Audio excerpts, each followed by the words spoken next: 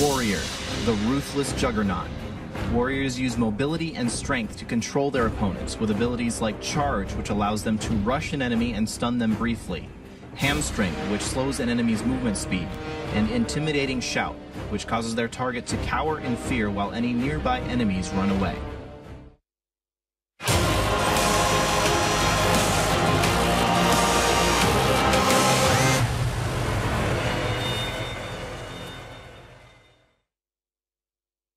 Ladies and gentlemen, welcome to BlizzCon 2013. And now, for your host, Zoe Gashvin-Pensky. Hello, we are back now with World of Warcraft, the Arena Global Finals. We've had some amazing games yesterday, and we will continue the awesomeness today on stage as we will be playing out the semifinals as well as the grand finals. We have one Korean team. Yeah, come on, guys, give it up for a Korean team. No one expected that. I don't think anyone did. And of course, we still have the North Americans in as well as one of the European teams. Oh, there we go. You guys are awake. Great to see. All right, so I can't wait to get those games going. Who of you is actually playing WoW? How many World of Warcraft fans do we have in here? All right. So I'm definitely not the only one. That is good to know. I would say I'm going to hand it over to our casters now, and we're going to get the first game going anytime soon.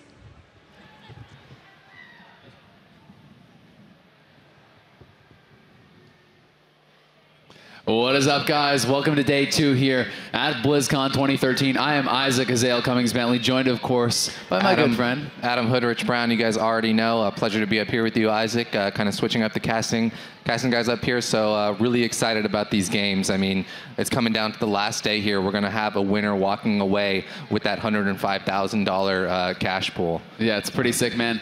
And as the people who have already been watching would know, but you know, maybe we have some new people. We did go through 2 group stages. It was a double elimination best-of-5 format. We came out with the best 2 teams from Group A, the best 2 from Group B. We are now moving on into the single elimination semifinals bracket. We're going to have the first seed from Group A playing the second seed from Group B, and then vice versa. It's going to be a 15-minute time limit. We haven't reached it yet. I don't think we will today either.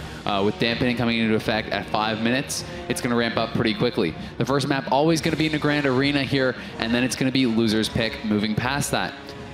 Why don't you tell them a little bit about what we're fighting for today? I mean, today, look at it. This is it. The group stages yesterday, we saw teams that were able to lose and fight back. LGIM, that Korean team, that wildcard team that actually came through. Nobody expected it. It came to a 2-2 game point match last night. They were able to come out on top. This is the team that's going to be playing right now. We're going to see Skillcat versus IGM, North American versus the Koreans. Anything could happen. I'm glad that they kind of pushed themselves in there and made it interesting for us. Yeah, it's going to be pretty sick. And just taking a look at that prize pool, about $190,000 in prizes. $105K going to go to the winner. Second place going home with $45,000. Third and fourth going to be walking away with about $20,000. Pretty awesome. So everyone has already secured themselves a pretty nice payday for the weekend. But I mean, you're talking about is an extra $25,000. Exactly. You're talking about you win an extra game or 2, and you're moving up from 10,000 upwards to 100,000. I mean, the numbers start getting really crazy. So imagine the pressure that these players are under to perform well right now. It's epic. Yeah, it's pretty crazy. I mean, first series is going to be worth an additional $20,000. Second series is worth an additional $60,000. Yeah. I mean, that's pretty ridiculous. Playing for that kind of money is insane. A lot of pressure, and we're going to take a look at that bracket really quickly. I'll show you guys what matchups we're going to have for you today. Skillcapped and Mir, the top 2 teams from Group A. PvP Live and LGIM, the dark horse we talked about yesterday, making it out of Group B. We are going to have Skillcapped going up against LGIM for you momentarily, I do believe. And then following it up, we will have PvP Live versus MIR. And then it's going to be the grand finals. So it's going to be sick, man. And honestly, I'm ashamed to say it, but I missed the LGIM series at the end yesterday. Yeah, you know, I had the pleasure to cast it with VHEL up here, and it was actually insane. I mean, Bleach Bones, the Lock Shaman Druid from Europe, they looked comfortable. They were ahead at a 2-1 lead. They were laughing. They were joking. And then LGIM just kicked it up a notch and just completely changed their game plan, came back, won 2 games in a row, and took the series. And I mean, it was pretty crazy. That happened last night. So unfortunately, you missed. You got to go back and watch those VODs or something, because they were really great games. Yeah, I'm definitely going to, man. And as I said, I'm a big fan of the Korean team. I love those guys. So without further ado, guys, I know you want to get into the games. I want to get into the games too. We're heading over to Zoe at the stage for the team introductions. Thank you very much, guys. And now I have the utmost pleasure of bringing the first two teams for our semifinals here on stage. And we're going to start with the North American team, placing first in their region, showing us an amazing run throughout the whole tournament so far, almost flawless, going out of Group A. Please welcome to the stage, Skillcapped.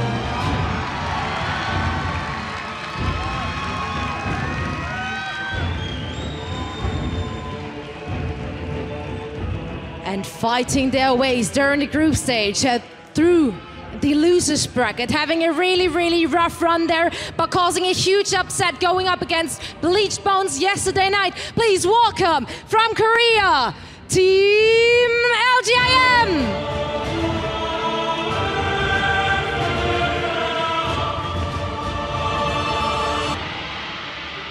Those are the two first teams we're going to see playing in the semifinals. So please, Soda, as well as Avengers, stay with me. The rest, please already take a seat and make yourself comfortable. And I don't want to hold you guys up for too long. So just a few questions to you, Soda. Those guys have been playing incredible yesterday. And a lot of people wouldn't have expected them to do so well against Bleached Bones. Have you guys been watching that game, and what were your thoughts of that? We left before they played, but when we heard that they won, we watched the VODs of the game to see what happened, and it was pretty impressive how they came back from that 3-1 or 2-1 behind status, and it was pretty impressive, and we're kind of scared, but I think we'll be pretty confident against them. Good. We want to see that confidence from Skillcapped we've seen throughout the whole tournament so far. So now, Avenger, those games yesterday have been amazing, and you guys all look so pumped and so happy. What have you been doing after you won? And like, did you go out and enjoy BlizzCon, or what have you guys been up to? 어제 승리가 정말 대단했고 이긴 다음에 밤에 뭐 했니? 블리즈컨 구경했나? 잤어요. 네. He just slept last night. All right. Well, sleeping is good, and I hope that helped. And as said, I don't want to hold you guys for too long, so please step up, shake your hands, gentlemen. And we're going to get into the first game of the semifinals here of the World of Warcraft Arena Global Finals. I hope you're all ready, as we certainly are. And for that, we're going to hand it over to our casters. Thanks, Zoe, and welcome back, guys. And the man slept. What more can you ask for? You got to have good sleep. You got to have good sleep. You know, get rested up. Maybe he'll be able to perform a little bit extra better today. So we will see. It's gonna be bright-eyed and bushy-tailed, man. He's ready to go, man. I'm gonna ask you, who do you think? I mean, you're the one who plays the caster. This is gonna be an all-caster matchup here. We got a Lock Shaman Druid versus a Mage Lock Shaman. Who do you think has the advantage? Who would you pick out to come on top? Man, I don't know. It's tough because they're playing the same comp that they just beat last night, but at the same time, I just feel like Skillcapp's just that extra little bit above. And I feel like also having the advantage of having seen what LGIM did yesterday, they reviewed the VODs. They're going to know the strategies that this team's going to try to employ. And knowing that, you can maybe counter that a little bit better. You can be a little bit better prepared than Bleached Bones was last night. You can benefit from their misfortune, honestly. So absolutely. I think you're right. I mean, I think these guys, just even saying that they went to actually check the VODs, look at the stream. They're doing their homework. They're coming prepared. And like you said, these are solid players up there. Yeah. I mean, they're so confident and having not even lost a series yet. So I don't even know if they've lost a game so far. So they're coming up there. They have a lot of momentum going with them. I'd like to see a close series, and everybody loves an underdog. It'd be a crazy story if LGIM was able to upset here. But going with my head, not my heart, I'm going to say it's a 3-1 or it's a 3-0 for Skillcapped. I'm going to agree with you there, but anything could happen. We were saying the same thing last night against LGIM. They proved us wrong. They came through, and the underdogs came through. So definitely, I'm looking forward to this match. Yeah, me too, man. It's going to be sick. I'm really hoping it's going to be exciting either way. This is an exciting team. MLS, we've talked about it before, the most aggressive kind of the caster comps. This isn't so much of a turtley comp. You have to get in there. You have to go because the Shaman's going to man. You have to take advantage of the additional mastery, the tremor, the shocks, the groundings, the ability to keep you more offensive. Shamans also, I feel, are one of the best healers at being able to just kind of handle the UA dispels and the silences and the damage that's coming in with that. So it's like they can actually dispel through UA fears and things like that a little bit better than I think a lot of the other healers can. So they can keep you quite offensive, but you're on a clock. You're on a clock when you're playing with a shaman. I mean, this Mage Lock Shaman team, they have this play style where sometimes they kind of play really defensively for a while, and then they swap in and go offensive at points. But definitely where they shine is when they just go all in. They have the coordination there, and I really want to see them kind of step it up and do what they did last night. You know, it looked like a different team in some of these games where they were just able to kind of out pressure the other team and get that coordination swaps onto those healers. Who do you think is going to be the target choice for them? For the MLS, I think that. I mean, I like the LE Shaman as a target, but at the same time, Talbot working with Soda, they have this stuff down pat. It's the same thing, you know, when Talbot and Cedar work together. They know the rotations. They're not really going to be overlapping cooldowns. And I think as long as they're targeting Talbot, he's going to be rotating through the Shaman Rage, the Trinkets. They're going to be rotating through, you know, the Ironbarks and Iron Ward on MCSs and things like that. So it's like they know what they need to get out to live through the burst. So it's like, I don't really see them overlapping too much and wasting that. So I feel like if you really want to get a kill here, you have to be a bit more flexible about it. Even though I feel like Talbot is the best target, I feel like you have to maybe try to push back Soda a little bit. Maybe make a good swap to him. If he wastes Sparks in, then definitely try to make him pay for that. You know, if Chanimals is overextending, then you could even try to go for him a little bit. So I think that it's really something they have to be flexible. Talbot is the ideal target, but if you try to force it against a team of this caliber, it's not going to work. Yeah, definitely. And I think I definitely agree exactly with what you're saying. You know, they have the defensive cooldowns to live through this team. They just need to use them at the right times, and as long as they play solidly through that, I think they'll come out on top. You know, a mistake can completely, you know, crush this team right now. So they need to be on their A game, and I think they have the momentum to be there. Yep, but we're going to head over, check out the rosters. You may have heard of a couple of these fellows. On the Druid, we have Alex Soda-Ringe playing the Priest and Ellie Shaman. We're going to have Rodney Talbot, our pair. And on the Warlock, we're going to have Adam Channon. They're the rank 1 team from North America, and not too shabby. They crushed through Group A. Can they continue that dominating streak? On the other side, we're going to go over to LGIM and check out their roster as well, because they're not to be overshadowed. A fantastic team in their own right. We're going to have Avenger playing the Mage, Shotki on the Shaman, and it's Nuker holding it down on the Warlock.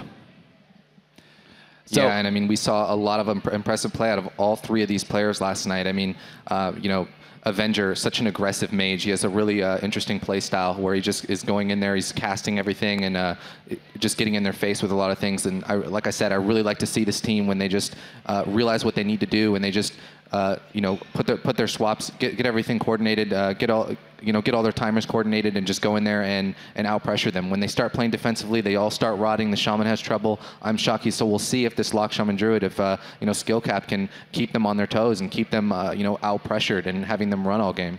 I'm interested to see if either of the Warlocks are going to be brave enough to play with an Observer, or if they're both going to be playing, you know, Sacrifice Spec. Because if you play with a Pal, I think it's pretty abusable. You know, your damage is kind of consistently higher. You have the additional offensive dispel, so there are advantages there to be sure. But your healer is going to have to devote a lot of attention and a lot of mana to keeping that Observer alive if you're going to go for that. So, you know, it can be a trade-off. Maybe they're going to feel it's worth it. You know, either team. I don't think Chanimals, I don't think there's much of a chance of him going with that. I think he's going to be playing kind of the more safer, conservative route. But maybe this MLS is going to feel like we need every edge we can get here. Maybe we need to pump out a little bit more damage because we're already on a clock. So, I mean, if he goes for that, we'll see if he's going to be able to keep that pet alive, because I know there is going to be a lot of pet kills going on in this game if that happens. You know, a lot of pet targeting. Sometimes it's the only viable target that's out in the open that you can actually get some momentum off of. And I mean, the thing is, you kill 2 pets in a row and the Warlock starts to get in a little bit of trouble. I mean, you lose the Soul Link, you lose your Spell Lock, you lose a lot there. So, you know, not to mention, I mean, people never really think about the Observer DPS. It's actually pretty solid damage. You know, ever since the last patch, you know, we saw the Malefic Grasp changes and the Soul Drain changes and stuff. So a lot of the single target damage at Warlocks 2 is a lot less significant now. So the additional single target damage that you're actually getting from that Sacrifice Spec is really not that relevant anymore. Really what you're getting from that is mostly just a little bit of HP regen and the Spell Lock on your actual player. So you're losing quite a bit of DPS actually going that. You're losing the offensive Dispel. These are trade-offs that a lot of people aren't really taking into consideration here, but obviously players of this caliber would be. Yeah, absolutely. What do you think that these Warlocks are going to be running with pet-wise, spec-wise? I mean, I think that you're just going to go, I mean, if it was me, I'd be playing Sacrifice Spec with the Fell Hunter, obviously, for the Spell Lock. I'd probably be playing Soul Link for the additional HP. I don't think you need Dark Bargain here. I think that the additional HP increases how much you're getting back from your Dark Regen, from your Hellstone. That scales off your HP. Also, you know, the Regen from the Sacrifice Spec is also scaling off your HP. So you get a lot back from that. Also, with Siphon Life and everything, you're scaling additionally from that HP. So you get quite a bit back, and it just makes you kind of harder to burst down in those kind of windows of opportunity, because you do have the additional 20% health. So I think that's what I'd do. I think besides that, you know, I'd be playing Affliction, and all that stuff is, you know, pretty straightforward besides we'll that. trust you on that. Warlock Master Azael over here, a multi-rank 1 gladiator tournament competitor. Alrighty, guys, we are in the queue. We're going into round 1 here on the Grand Arena. It's going to be Skill Capped going up against LGIM. Let's hear some noise here for Skill Capped if you're cheering for the North American team. We got anybody out in the crowd cheering for LGIM? You got to cheer for the underdogs, guys. Come on. These guys proved it last night. Get your rally caps on if you want to see them take it home, man.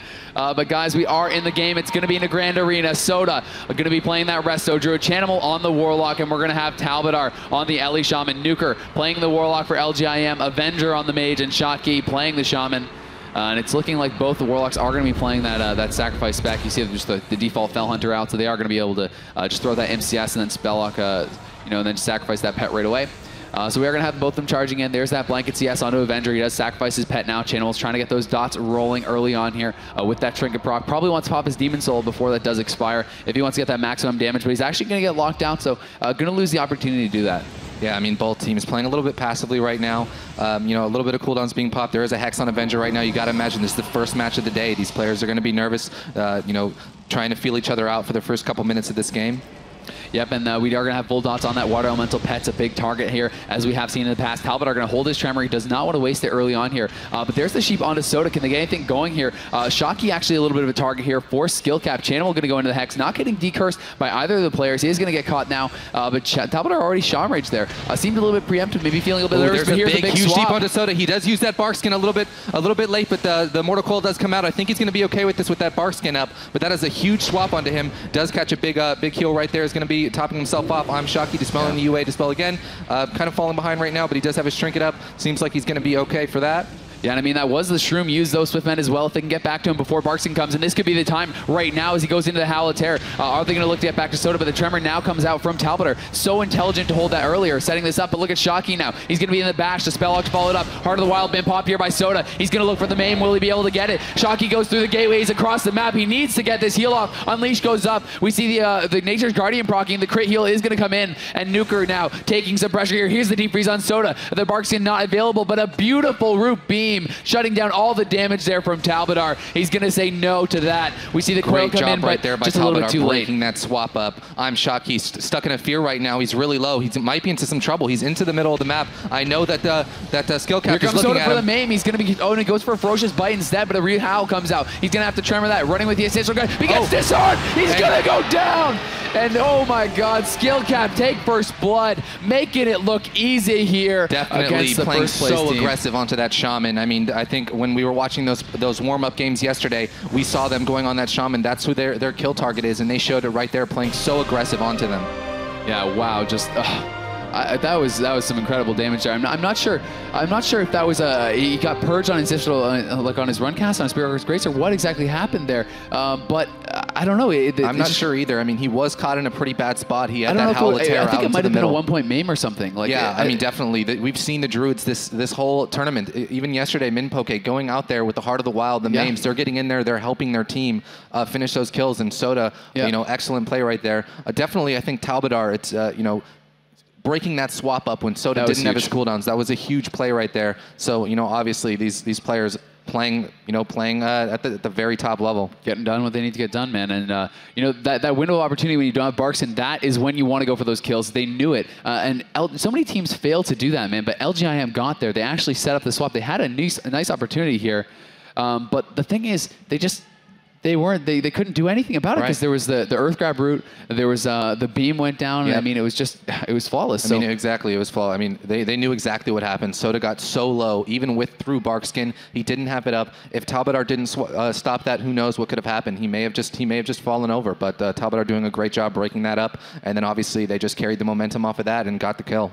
We are in the queue, guys. LGIM has selected Dalaran Sewers as the second map here. They are down one game. It's a best of 5. We're in the semifinals. Remember, the team that wins this is going to secure themselves at least an additional $25,000. You win again, you get another $60,000 here. Insane playing for that kind of Blizzard's amount of making money. it rain, man. They're making it rain on these guys. So Skill Cap versus LGIM, the first place players from both of their respective regions. And how happy Chanimal is. What a, I mean, you can't imagine what these guys must be feeling. That was a pretty solid win for them right there. I mean, they played comfortably, they played well. You got to imagine they're feeling good. I mean, I wonder what's going through the MLS head right now. I don't know, man. I mean, that has to be a bit of a frustrating loss there, because I'm pretty sure it was 1 point main. That's the only thing that really makes sense to me, because I don't think that the Spirit Guards Grace got purged. So just such smart play from Soda. I mean, he stacked up the combo points early on in his Heart of the Wild, and then they actually swapped back to him. Heart of the Wild was still up, so he gets a full Ferocious Bite, 1 point main. Just great stuff. We're going to see the gateways probably coming down here, and we'll see exactly what is going to happen with that. Chanimals is actually, yeah, he does get that gateway down, so... Yeah, both teams going to just kind of, we're going to see a little bit of the jousting that we saw last game, waiting for someone to get caught in a bad position without cooldowns.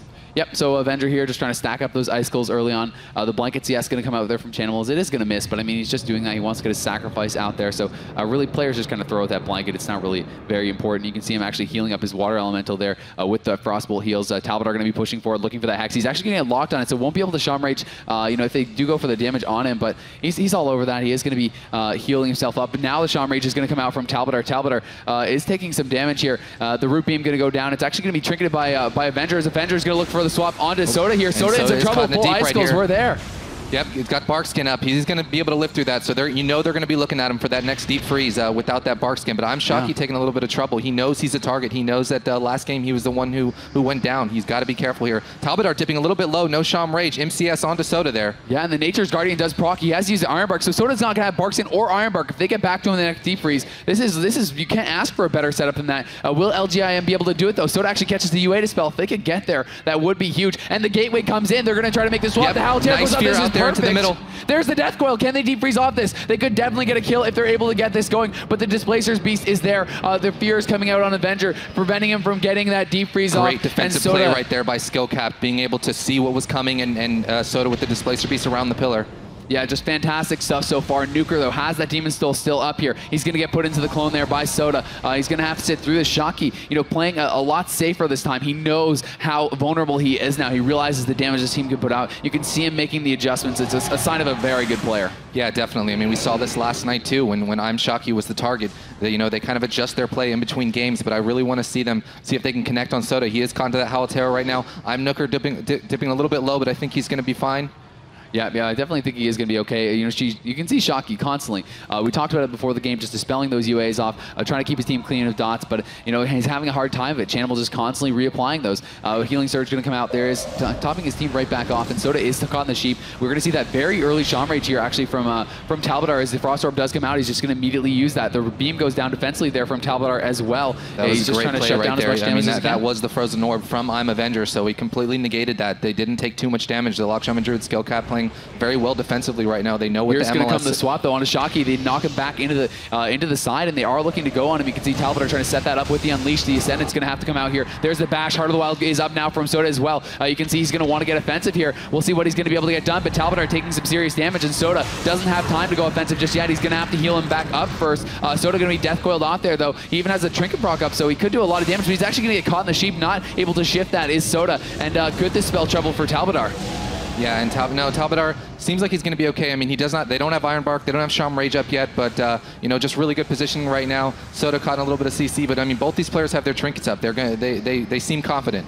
Yeah, they definitely do, and Shocky now going to be howled out. He will tremor this one off. He's going to drop the healing rate as they are stacked up. Actually, not a bad choice in this situation, you know, with them all stacked up like that. So, you know, as long as they can stay in it at least. Kind of costs a lot of mana, though. You can see the Riptide now coming out. He is starting to dip. May want to try to gate out of there pretty soon, as he's looking like he's in a little bit of trouble. He's starting to fall behind here. The Shadow Fury comes in. There's the Fear. Soda still trying to work away on those combo points. He does not have Heart of the Wild, so he's definitely going to go for a maim if he can get it, but the Haltear comes in. They're going to try to turn things around here on Soda, it looks like. There's a Deep Freeze. The Orb comes out. Iron Bark barks in as well. They're going to double skin this, so the next one could spell trouble. We see the MCS coming off that. Is there a Death Coil available? Doesn't look like it just yet. Soda going to be able to be fine there, but you're using two pretty important defenses. Shocky could be in trouble here. He got knocked out into the middle. He's stuck in a full howl right now. Stuck in another short Fear. Chanimal spamming Fear on him while he's low. He does use his Trinket on that in Spirit Link. I mean, he definitely doesn't want to go down and cost him this game right here, but he's still taking a ton of pressure from the Lock Shaman Druid team. Yeah, the Shadow Fury comes in. He is going to have to get out of there, but you know, that is such a big play by Soda, you know, forcing the trinket out. You know, he's in cap form. He's finding the time to get up those combo points and get the maim. That's big, man. The next Shadow Fury swap to him, but here, now Soda, he's not going to have Barkskin, he's not going to have Ironbark. Is Soda in trouble? The coil comes out, he's going to have to trinket. Oh, a huge crit NS, and the Shroom crits as well. Or no, it was just the Shroom, actually. Wow, that was must have been fully charged, so he is going to be able to top himself back off, but no trinket. Ironbark and Barkskin up in 20, so they will be up for the next Deep Freeze. Yeah, I mean, you know that this Lock Shaman Druid skill capped is looking at I'm Shocky. They know he doesn't have a trinket. He does not have Spirit Link. That's the primary target for them right now. Look at Talbot, though. He's MCS. He can't Shaman Rage just yet. There's the Shaman Rage now as it does expire. He's always going to use that on the orb, and we see that orb doing a lot of damage. He's down to 100k. The beam comes out defensively, but it's a bit of a whiff there from Talbot. Not going to be able to be that effective this time around. So the Deep Freeze now coming out on Soda. They're going to make a swap. This could be huge right here onto Soda. No hots on himself really right now. He does get the Swiftman off. He's going to do the Soul of the Forest Tranquility. A smart move there from Soda. Yeah, definitely, and I'm Shocky just kind of sitting back, trying to clean everybody of dots. Whole team rotting, but seems confident. Got a clone on him right there, the so NS I'm clone wondering if out. they're going to try and set up off of that. I think they were going to try, but Soda, maybe getting a little bit too aggressive at this point. Does get caught in the howl.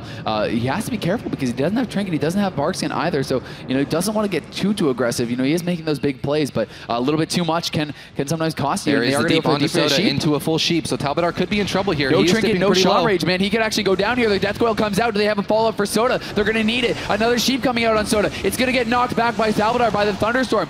We do see that the Nature's Guardian's going to proc. Ironbark going up there. Regros will come in. He will be okay. Some good defensive play there, breaking up that chain. I mean, this is what separates this team from other teams. Avenger dipping a little bit low, but you see these key defensive plays that Skill Capped is making. They know when they don't have cooldowns, and they're just surviving it with other ones. Their teammates are helping them. It's great teamwork by the Skill Capped team here. Yeah, definitely some incredible stuff coming out from them. Soda going to catch that UA dispel there. Warstomp coming up back for him right now. He's going to be put into the Deep Freeze, though. Barkskin just came up. Does he realize it? Yes, he uses it a little bit late, but he should be okay. No Death Coil able to follow that up. He is taking quite a bit of damage, though, but look at Nuker at the same time. Nuker could be in some serious trouble here. He's getting feared off away from his team, and he is down to 200,000 HP. Going to pop the Twilight Ward, but really, with Battle Fatigue, it's not that effective. It's already gone just Great Shadow Fury right there in some trouble now. He's in trouble. He's out into the middle. He's dipping pretty low. There is a clone on Nuker. They're trying to cross CC here. I think Soda's going to try and come in for some, for maybe a bash or something, but they need to get it. MCS on the Talbot. Great job by him. Avenger trying to break some of that damage up. But Talbot, he Shaman Rage there without actually the orb coming out, so he could be a huge target here for the next swap, but they're going to go on Soda instead. Soda in a lot of trouble. Death Coil comes out. He has to trinket. Ursox goes up as well, just in the nick of time. Another Shroom crit there. Soda, having some good luck with the RNG gods right now, saving himself an additional cooldown. The bash coming out on Shocky, but I think maybe a little bit too late there to really be that effective. But Shocky still taking some serious damage. He has to catch his team back up. They're looking like they have the offensive pressure. They have the ability to get a kill here on skill cap, but they have to stay alive. Avenger into the MCS. He can't blink out of there. Shadow Fury following that up. He will blink that. We see that NS clone comes out. It's going to be triggered by Shocky. He knows he needs to keep his team alive right here, but Talbot has Spearwalker's Grace up. The Ascendance is popped as well. He's looking to get that real damage done. Nuker recognizes he's going to pop the Dark Regen as the response. Pretty good choice there, as Shocky had to focus on healing Avenger at that point. Right, yeah. I mean, he even had to use his trinket for that, so he's not going to have it up if maybe there's a later point in the game when he gets bashed or something and gets low. I mean, he is the primary target, dipping really low right there with that UA dispel. Skill cap looking solid, all three members. Soda does not have a trinket, but I believe he does have his Barkskin up for the next swap onto him. Yeah, and 5 seconds there on the Shaman Rage for Talbot. That's a huge cooldown, but they're going to get the Howl and the Hex on Shocky. They're going to look to set up off of this. Will they be able to? No, Nuker's going to deny that with a nice Howl Terror of his own. You can see Talbot just trying to harass him. Here's the swap onto Soda, though. Soda Barksins immediately, looking like he's not really in any trouble this time around. I mean, he wasn't rotting at all. The dots went up after the Deep Freeze, so, not a 10-stack agony, not that big of a deal, and well handled there by Soda. No overreaction coming out from him. We see the trinket now back up for Talbot. It's another key cooldown, and as we said, this team is always just going to be trying to rotate through these cooldowns. And we're going to see exactly how far into it we are. And it is 8 minutes in now, so we are going to have that dampening debuff stacking up, relatively heavily now. We're almost at the 20% mark. That's almost like, just Mortal Strikers on your whole team the whole game at this point. Yeah, definitely. And I mean, I know that this MLS team, LG, IGM, is going to be looking at Soda. He did use his Barkskin on that last one. He does get feared out into the middle. I'm wondering if we're going to see a swap onto him. They've had the most success of getting him the lowest. But, obviously they've been played well through it. It's Trinket coming up in a few seconds here, so he's going to have that available. I have to say, though, Shocky really impressing me with his mana conservation. I mean, it's going to get hard now with, look at that, the root into the bash. They're going to set it up on him. He does not have a trinket here. This could be scary into the MCS on Shocky. They're going to need something else, though. They're going to need huge damage. Oh my god, he dipped down to about 10,000. The Nature's Guardian comes up, the NS goes up just in time, Link has to be used as well, and Healing Tide, all major cooled, and Spearwalker's Grace. He literally just pressed every cooldown at once there. And he needed to because that damage was insane. He dipped down to about 5,000, 10,000 health. The Heart of the Wild is too much, man. Heart of the Wild is absolutely destroying them right now with Heart of the Wild NS plus the dots and dampening stacking up. I don't think Shocky can keep up here. The orb's going to come out. They're going to turn it around on Soda, though. Soda may have overextended here. He's in cap form. He has no bark skin. He's into the death coil. Soda getting He does have his trinket there. up, though. Looking confident. Does use the bark skin right there. He does get MCS, but he's had his trinket this whole time. I'm Shocky dipping low. Not looking good for the MLS right now. He could just drop. This could be it. He doesn't have a trinket. He's going to go down. Not going to be enough. Skill cap gonna take round 2 there. The dampening plus the heart. The timing just seems to be so huge for the Druids. You use the early heart, your second one comes up when dampening is starting to really pick up, and it just seems to be too much for these healers to deal with. I mean, it's like the damage already is very hard for the Shaman to maintain, and then you add in the Heart of the Wild. It's like a third DPS is now in the game for 45 seconds. Exactly. And he can't keep up.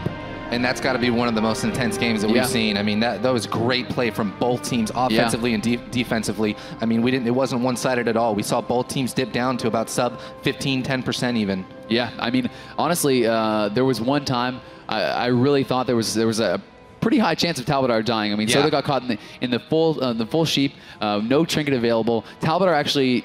You know, I talked to him, and he thinks that Shaman Rage should always line up with Orb. You should always use that, and I actually agree. But there was one time, I think he kind of maybe did a little bit of a panic one or something like that, so he didn't have it up for the Orb.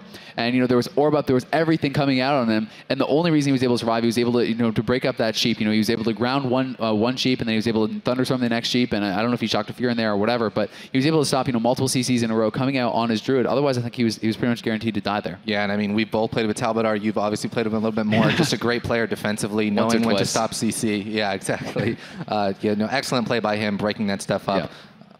Yeah, and I mean that's really where Talbottar shines. You know, I always talked about people would always kind of like to do the comparisons. You know, Shadow Priest, you know, Krill and Talbottar. You know, those are kind of the two guys a lot of people talked about. You know, Zato as well. You know, on North America. And to me, it was always like, you know, Krill was always kind of the guy. This is how I always saw it. It's like if someone's low on their team and someone's low on your team, and they both have 3 orbs. Talbottar is disarming the person and healing. Absolutely. Krill's just like, screw it, man. I'm just going to kill this guy. Yeah, I mean, it's just that offensive, defensive play, and Talbottar is one of, I mean, everyone will say the same thing. You know, it's really tough to get a kill on his team when he's playing that hybrid role. He plays it very well. He's a very defensively minded player, and I think it does work out for them, you know, especially when he plays, you know, I'm kind of a bit of a damage bot on the Warlock. You know, Chanimals, I think, is kind of that same kind of play style, you know, and it's like, it works well when you're paired with someone who's a little bit of an opposite sometimes with it, because I think that it's like if you have too much defensive play, everyone's going defensive, you lose all your pressure, but it's like, you could see, if you guys looked on the scoreboard, Chanimals, you know, was crushing damage that game, and he's just playing so offensive, and the fact that Soda and Talbottar play so well defensively kind of allows him the space to do that. He doesn't have to worry so much about,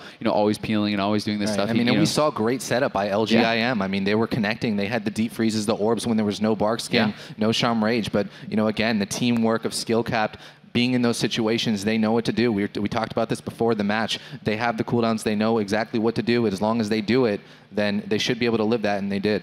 Yeah, I mean, make no mistake, guys. This is an impressive team. LGIM is actually playing very, very well. You know, generally speaking, you know, when you're watching a lot of these games, sometimes you could be like, oh, well, there's a 3-0, here's another 3-0. It's not always the same. This team is really not making big mistakes or anything like that. I'm shocked he's doing a great job. I mean, it's a lot of pressure, a lot of stuff to handle, and he's keeping his team. I mean, his team is low, but you know, they're comfortable. They're sitting at 50%. He's, you know, that's a. You know, it may look worse than it actually is for them. Yep. But guys, that's enough of that. We're going on into Tolvaron Arena. This is match point here for Skill Capped. If you'd like them to finish him now, let's hear it, guys. And if you would like LGIM to stage a comeback, they need to win here to stay alive. This is their map pick. Give them a cheer. I mean, this team has to win. LGIM, if they lose this, they are out of the tournament. Skill Cap will be advancing to the grand finals. Yeah, and I mean, I think it's something that most people were maybe kind of you know, it's expecting. We talked about it, but LGIM showing they have the you know, the ability to take this team down. These games are close. These games are intense, and we're going to see if they're going to be able to do it here.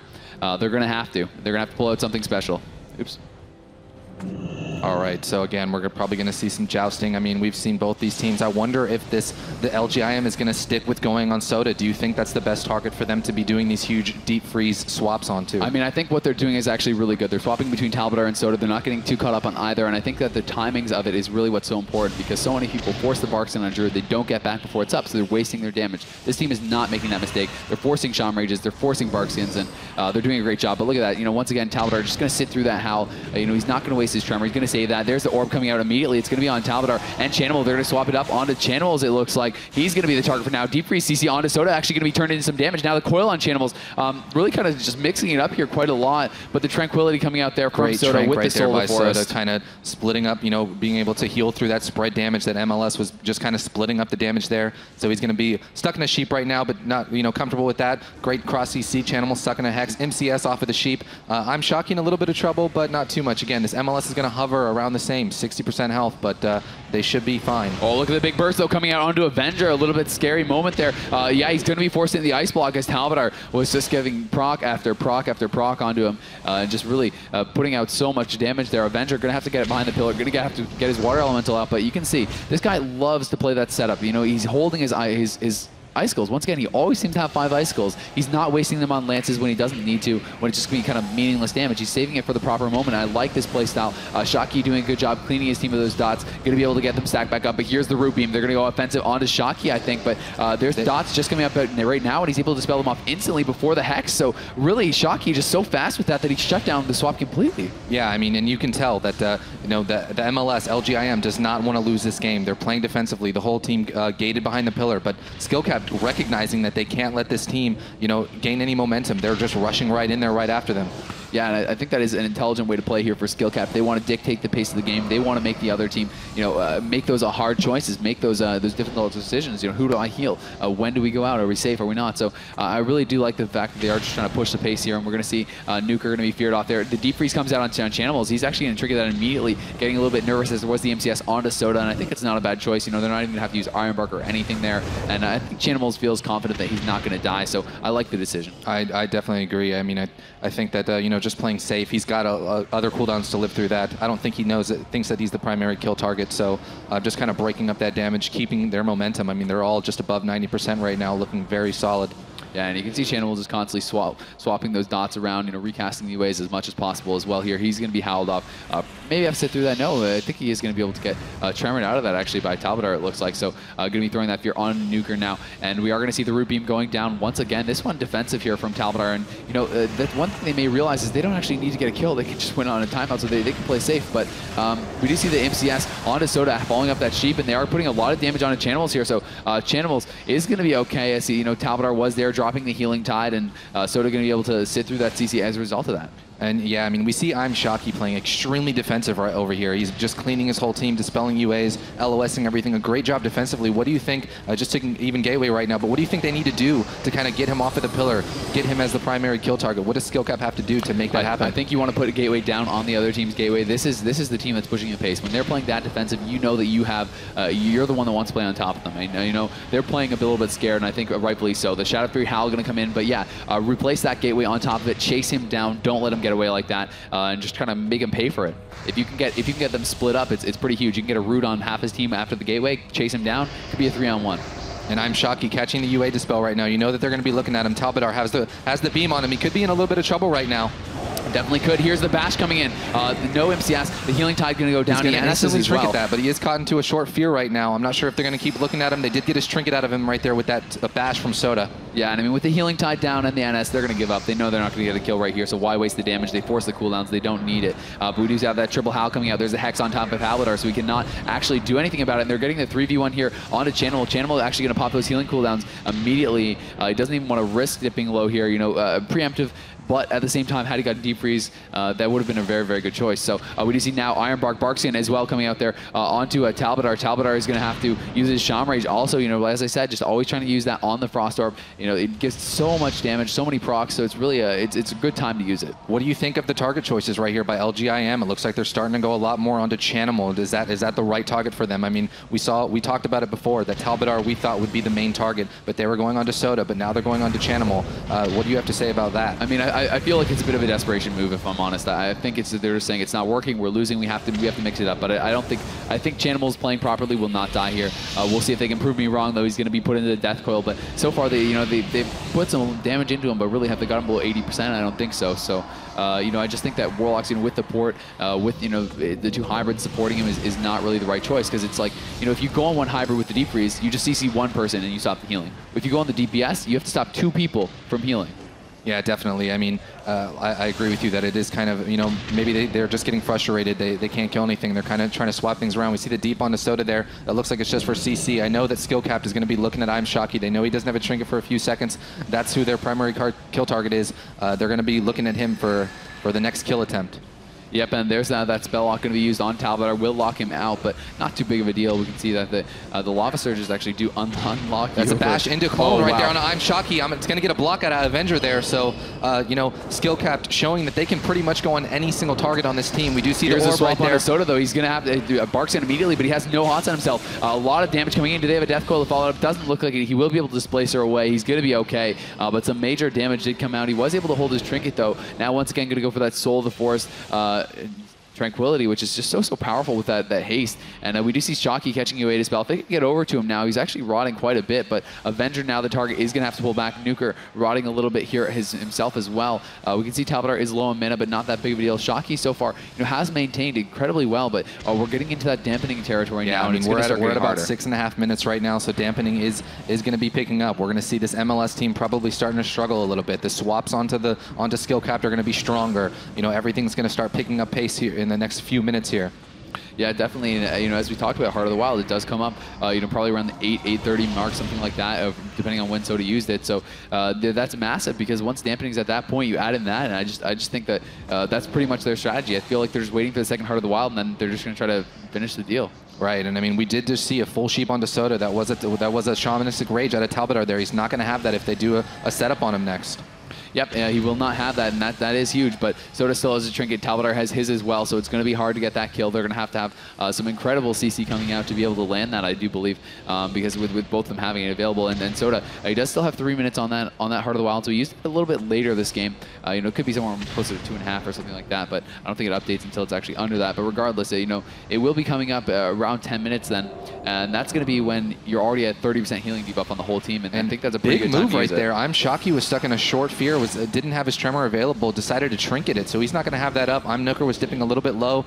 Maybe he got scared, so he's not going to have that available. Oh, there's the shock on the water elemental, though, and Avenger in some trouble here. He's trying to get that resummon, but he almost died without ice blocking there because of that shock. He was locked out briefly, went down to about 100k HP. Now going to be going for the sheep. He actually sheeps Soda on the clone. Soda unable to shift that. This could be some trouble here, perhaps, if they can get something set up off of this. There's the ring. I think they may want to try to go for the deep freeze off the ring, but are they going to be able to get it? Yeah, there's the orb coming out, but unfortunately the deep freeze is a little bit too late, so he's going to be able to get around the corner. I'm not sure that the orb is actually connecting with him. Nuker actually going to be the one dipping here as well. You can see he's caught into that cap stun. He is running down to about half HP. Avenger, though, going to have to pop the temporal here. He's getting pretty low himself, down to about half HP. Soda pulling back, just haunting his team back up. Chanimals will be sheeped off, but that's going to be dispelled immediately. And just Skill Capped in complete control this game. Yeah, definitely. I mean, we did see the deep, Barkskin was used by Soda there. They didn't really get too much there. I feel like they should have went on Talbot with that deep orb. He's the one who didn't have Shamanic's Rage.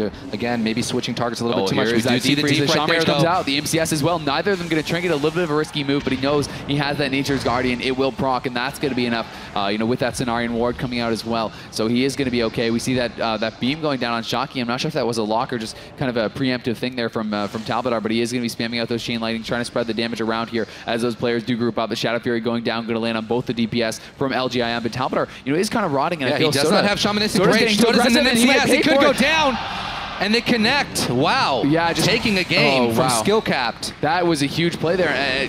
Right before, I called it Soda just getting too aggressive, man. Right. There was neither of them both of them have their trinket up. Exactly. We talked about it. Yeah. They used Shamanic's Rage earlier. Yeah. But again, underestimating the amount of damage, dampening, changing things up a little bit. Well, and Soda, he was just going a little bit too aggressive. I think he was actually trying to, maybe gain up some combo points or just get a little bit too CC'd. And there was really not very many hots. There was like a wild growth out on Talb, and that was about it. He'd already used Sham Rage. NG had already procced. Talbot had nothing left there. Right. I mean, there was nothing he could even really trinket. I mean, he sat the deep freeze already, and then it was too late. So it was just raw damage that killed them. It wasn't a stun or anything, any kind of crowd control. That's but the icicles, man. He saves them up. It's you have LGIM. I mean, showing that they can compete with the best, taking a game off of them. That's going to make that series 2-1 right now. They know they cannot lose a single game, and crazy. I mean, possible to come back. You know, something like last night. These guys came back from a 2-1. Same situation. They were able to come back. I'm not sure if they're going to be able to do it right now. I feel like that was more of a mistake on Skill-Cap's part. They can recognize that. These guys are veterans. They've been up here. They've been in these situations. If they just recognize that, correct that, I feel like they can come out on top this next game. These guys know they made the mistake. You know, right now, Soda's saying, I could have trinketed the MCS, you would have been fine. Like, I guarantee it. They're both saying, you know, that we'd messed up.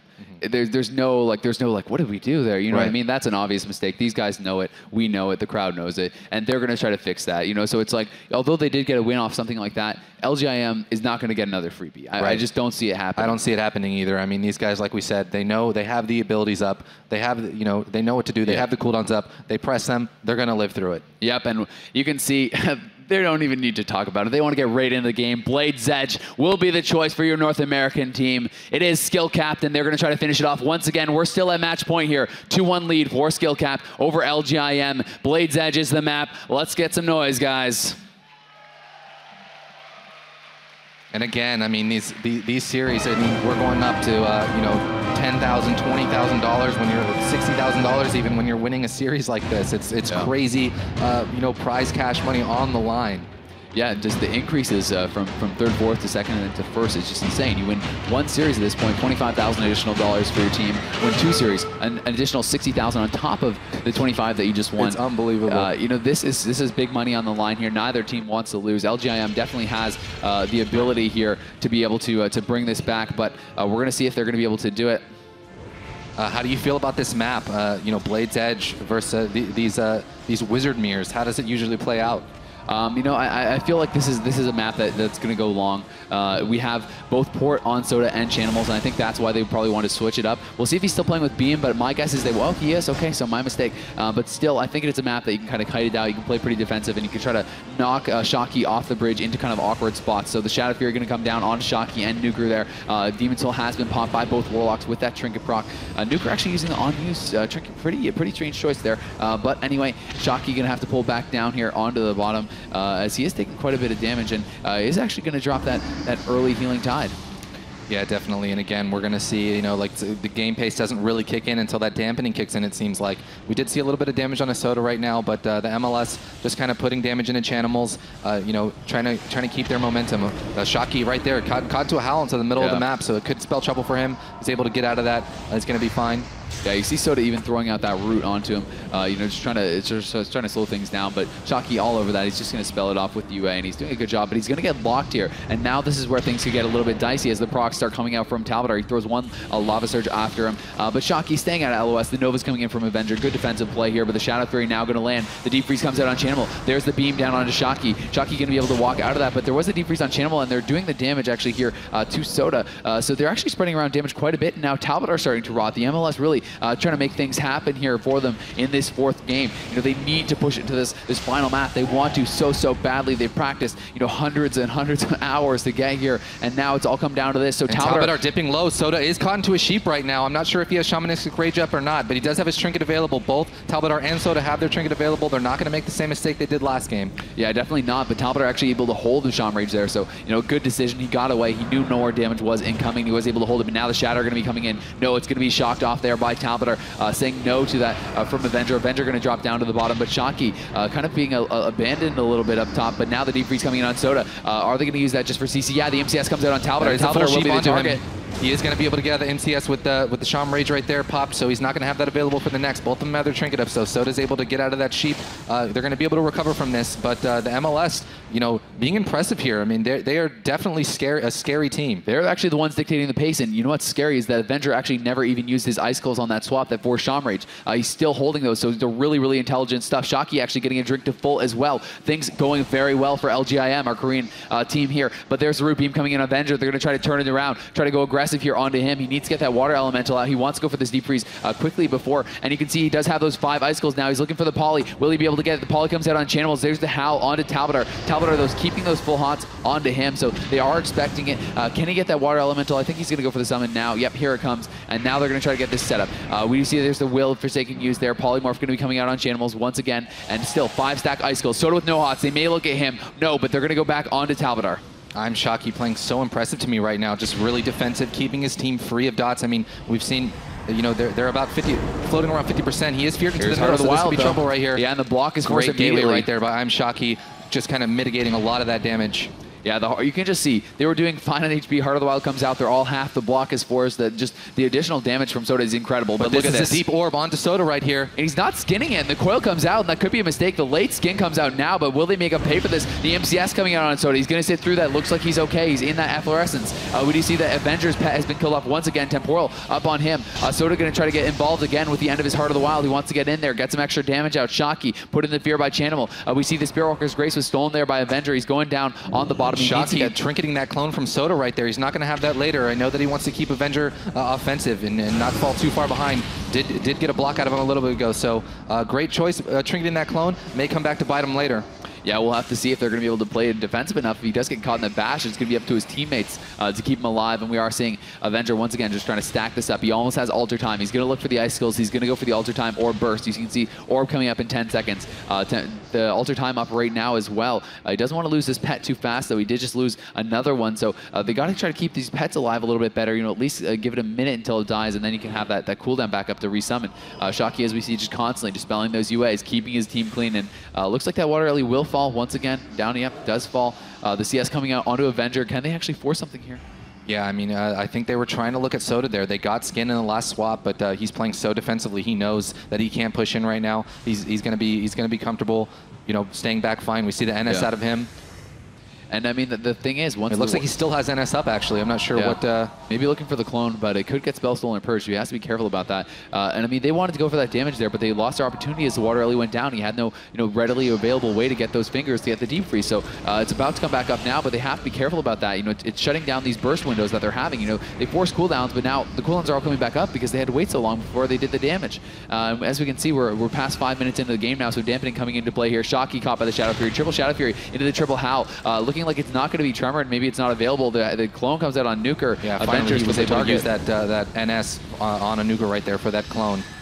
Yeah, and maybe he just forgot about it. I'm not sure. That was up there for quite a long time. But Soda going to be put into the Palm Sheep. It does look like there from Avenger, but Avenger not really able to get any damage out as the Earth Grab comes down, locking them all in place. And Talbot and Chanimal just pull back. So really nothing done there with that Palm, unfortunately, here for LGIM. And they were dictating the pace early on, but it just seems to have kind of ended in a little bit of a stalemate here. Maybe this Korean team knows something we don't. And they're trying to think that dampening advantage is them or something, because right now they're the ones playing so turtly here. Right, right. I mean, and it's interesting. They're doing these swaps onto Soda again. I mean, we saw Talbot was the one who went down. I feel like they need to be concentrating on going on him. That might be what's happening. Soda caught into a deep freeze right here. Yeah, but they're going to be going on Talbot. They do shoot out those icicles. There's the coil onto Soda as he gets out of the poly. The root beam coming down, though, onto Avenger, trying to shut things down by Talbot. And not even able to force that Shaman Rage, unfortunately, this time around. For LGIM, the Hex coming out now onto Avenger, going to be able to break up that poly. Bash comes in on Shockey. They're going to be looking at him. The immediate Trinket comes out there from Avenger as he's trying to pull back here, trying to get out of the LOS. Avenger could be in huge trouble right now. I'm Shockey stuck in a short clone. He does have his Trinket up.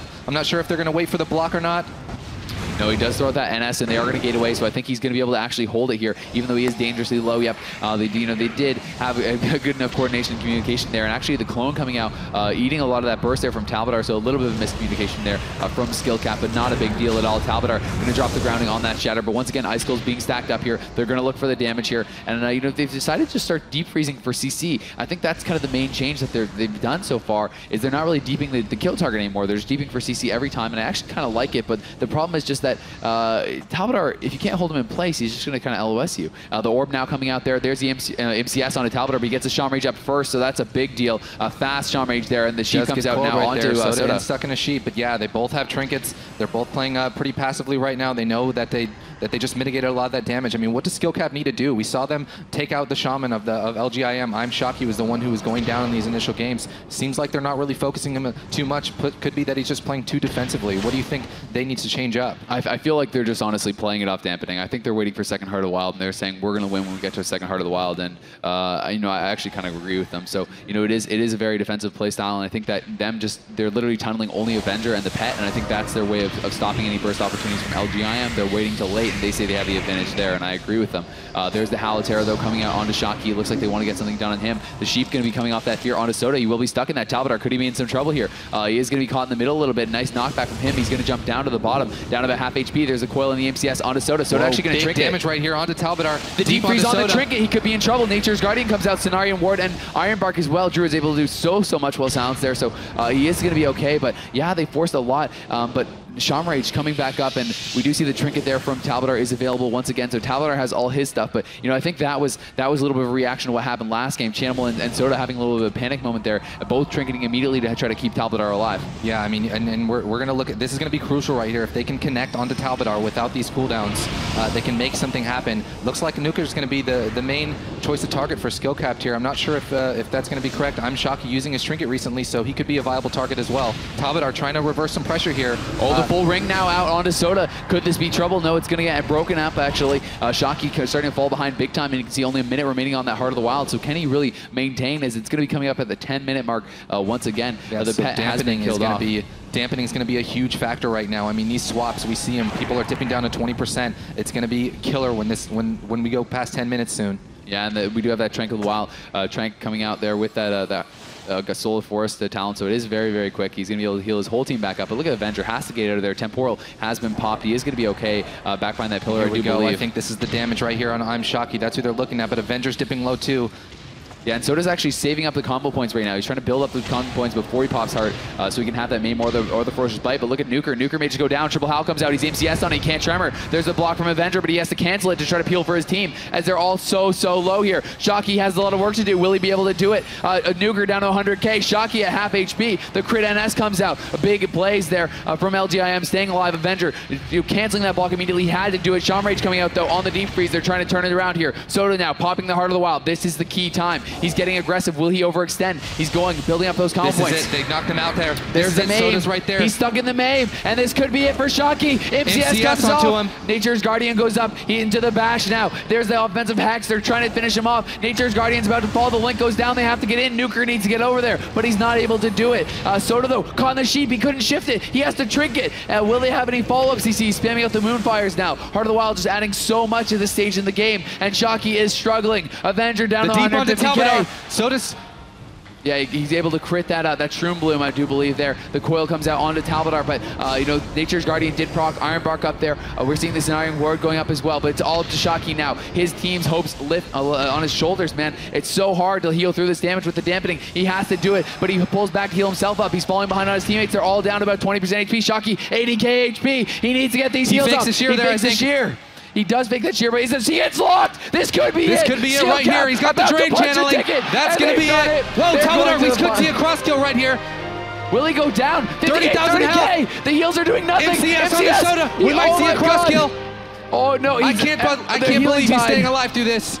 I think he's going to survive. I think it's enough. The Shamrage comes back up. The Ironbark goes down. Wow, and LGIM so close to a cross kill right there. Wow. LGIM, so impressive from this team. Unfortunately, that's going to be it for them. That is it. Skill Cap punching their ticket. They're in the grand finals. Wow. They're guaranteeing themselves $45,000. LGIM, they'll go home in third, fourth, but they have a reason to keep their heads held up high. They played incredibly. I'm so impressed by this team. So guys, let's hear a round of applause for both our winners and our losers here, LGIM and Skill Capped. Unbelievable. I mean, we saw them live that swap. We were talking about, you talked about it 3 minutes before it happened, that they wanted to go save those combo points, that Heart of the Wild swap onto Shocky. They knocked him down, good positioning. I mean, it was pretty much perfect setup.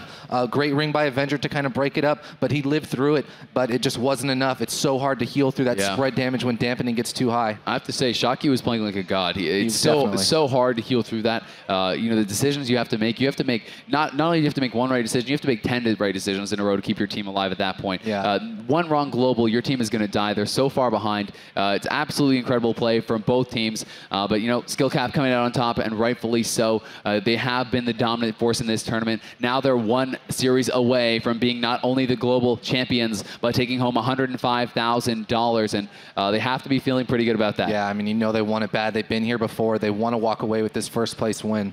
Yeah, definitely. Who doesn't? And I mean, LGIM, they are going to go home, but they are going to go home with $19,500. You know, not a bad weekend for them. It's something that they can be, you know, proud about. They did play really well. You know, they were kind of a dark horse, and they impressed. I think they've earned themselves a lot of fans this weekend. Yeah, absolutely. So guys, we are going to head on over, and we have Soda over at the stage with Zoe for the winner's interview. Thank you very much. And I do have Soda with me. Holy sardines, that was a game. I mean, I was literally on the edge of my chair throughout the whole thing. The third one, especially, as there has been so many close moments. And lastly, Talbottar actually died. And then the casters were discussing, like, what was the reason for that? As you've been going out a little bit more aggressive, or was it just like not expecting the damage? What happened in game 3?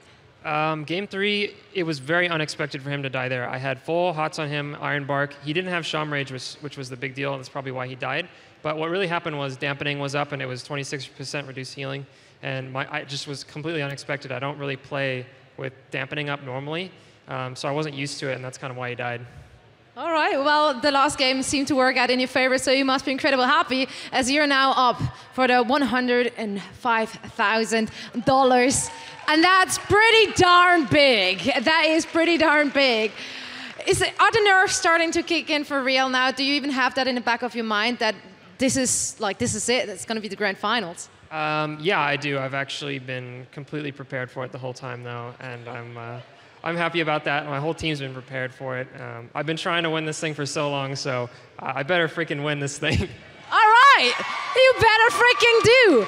So I'll let you get some rest whilst we play out the next semifinals. Once more, of course, congratulations to you and your team. That was just incredible. And we hope for just an equally as incredible match for the next one, when it is PvP Live going up against MIR. Don't go anywhere. We'll be right back after a quick break.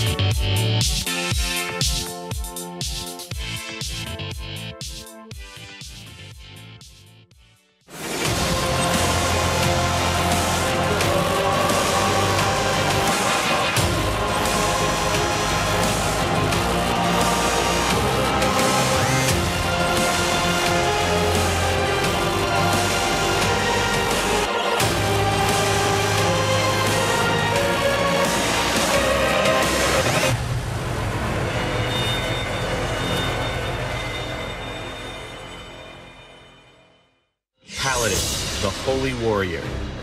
Paladins have many defensive tools, including Divine Shield, which prevents all incoming damage, Hammer of Justice, a very powerful stun, and Hand of Protection, which grants physical immunity to the Paladin or an ally.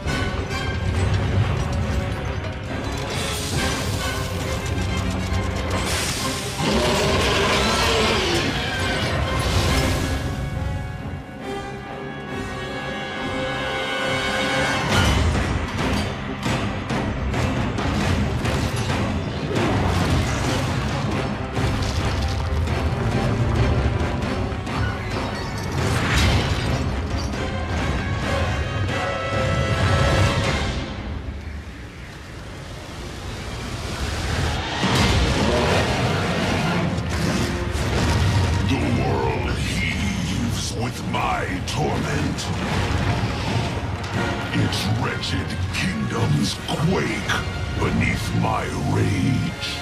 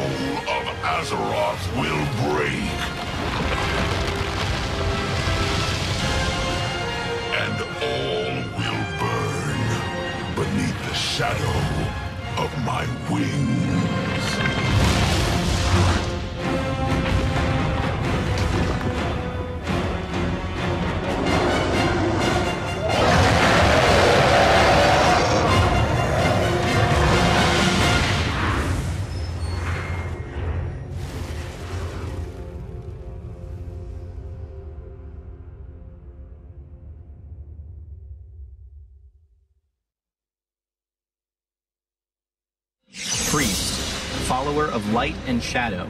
Priest abilities are based on defense and manipulation, including Psychic Scream, a short-range multi-target fear, Spectral Guise, which allows them to disappear for a short time, and Dispersion, which reduces incoming damage to almost nothing temporarily.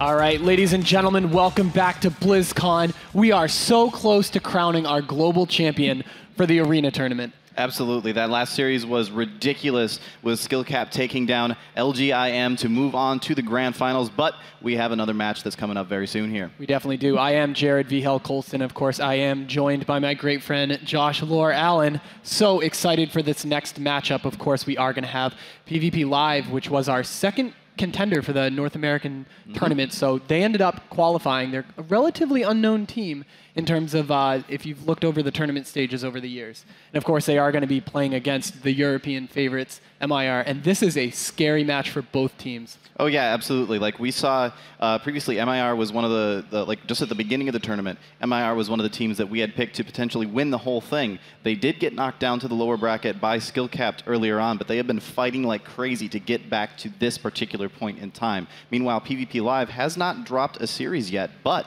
they also haven't gone up against MIR. Absolutely not. All right, so let's take a look at a little bit about our tournament rules. Of course, we are going to play a little bit different from home. We do have that 15-minute max timer, which makes the healing debuff just kick in 5 minutes earlier, which has played out in a lot of rounds so far. Of course, we seeded both groups with 4 teams from each region. Tried to split up the regions so that they didn't have to play against each other, which was great. The North American teams didn't have to face against the other North American team. And we always start with the Grand, which is great. I love the balance map, you know, the first map that was ever added to the arena. Yeah, it's certainly a map that has very little specific like classes that it particularly specs that it particularly favors. Whereas something like Blade's Edge is obviously very, very nice for like an LSD composition. It's very nice for them. Nagrand is just very it's open, but not too open. It's got pillars, but not too many of them. And I don't know, it's a really nice map. It is. There's not too many comps that if you're playing and you see Nagrand, you're like, oh man, Nagrand again, this is not good. it's just extremely balanced. If you have a Warlock, you're going to have great gateway positioning. Anything that can port, you know, if your Druid is symbiosing a Warlock, they can port back behind the pillars. It's just great. So let's take a look at what these players are playing for. Of course, because we have our top 4, that means that everyone is going to get money right now, but $19,500 is not bad. So the loser of this game is going to be walking away with 3rd or 4th place with that money. But I mean, look at the jump in prize money. Oh yeah, absolutely. Going from just under 20K to just over 40K, that's a pretty substantial step up in terms of income. And you consider these are split 3 ways between all 3 members of the team. So you're going from, what is that, like 7,000 or 8,000, I think, for 4th place, up to a much, much higher part, like 12 or 13,000. Yeah, absolutely, just for one game. And of course, nobody wants to lose at this point. Everyone wants to be in the global finals, that last round, so we can crown our champions, hand them the trophies, and $105,000 is a lot of money. That's right. We do have some pretty amazing trophies as well that you may have seen in a lot of the shots we had earlier. They look absolutely fantastic this year. I'm jealous of whatever team ends up getting to bring one home. I want to put one of those on my mantle. Whoever ends up taking that first prize, they get to do exactly that. Absolutely. Now let's take a look at our brackets. There we go, and this is it. On Saturday, these are our last games. You see SkillCap defeating LGIM. Oh, I was out back watching that game. That was impressive. I loved the match last night, Bleachbones against LGIM. You know, the Koreans just really showed that they deserved to be in the tournament, and they knocked out Bleachbones. But unfortunately, when you come against someone who we thought may have been the favorite going into the tournament, SkillCap, it's a rough first round for Saturday. Yeah, but to be fair, they are the first team to have taken a map off of SkillCap, I believe, in this entire tournament thus far. So that's pretty substantial, unless I'm missing something. No, it's incredible to see anyone take any rounds. They've been playing absolutely perfectly. You saw every single swap was at the correct moment. You know, Talbadar tossing out that massive amount of damage exactly when his team needs. And of course, we are going to be getting into this match shortly, and we have Zoe on stage with our teams. Thank you very much. And indeed, we are about to head into the second match of the semifinals here. Are you guys still with me? Are you ready? All right, that's what I thought. And we're going to get that thing going. For that, I'd like you to welcome on stage the second team from North America, rushing through the group, being the first one of Group B to actually qualify here for the single elimination bracket in the semifinals. Please, a big round of applause for PvP Live!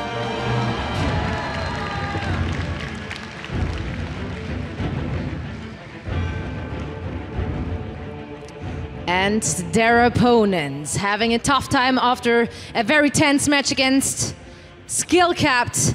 they had to go through the lower bracket, but still fought their ways up and through, and they are the European hope left in this tournament. Please welcome to the stage, MIR!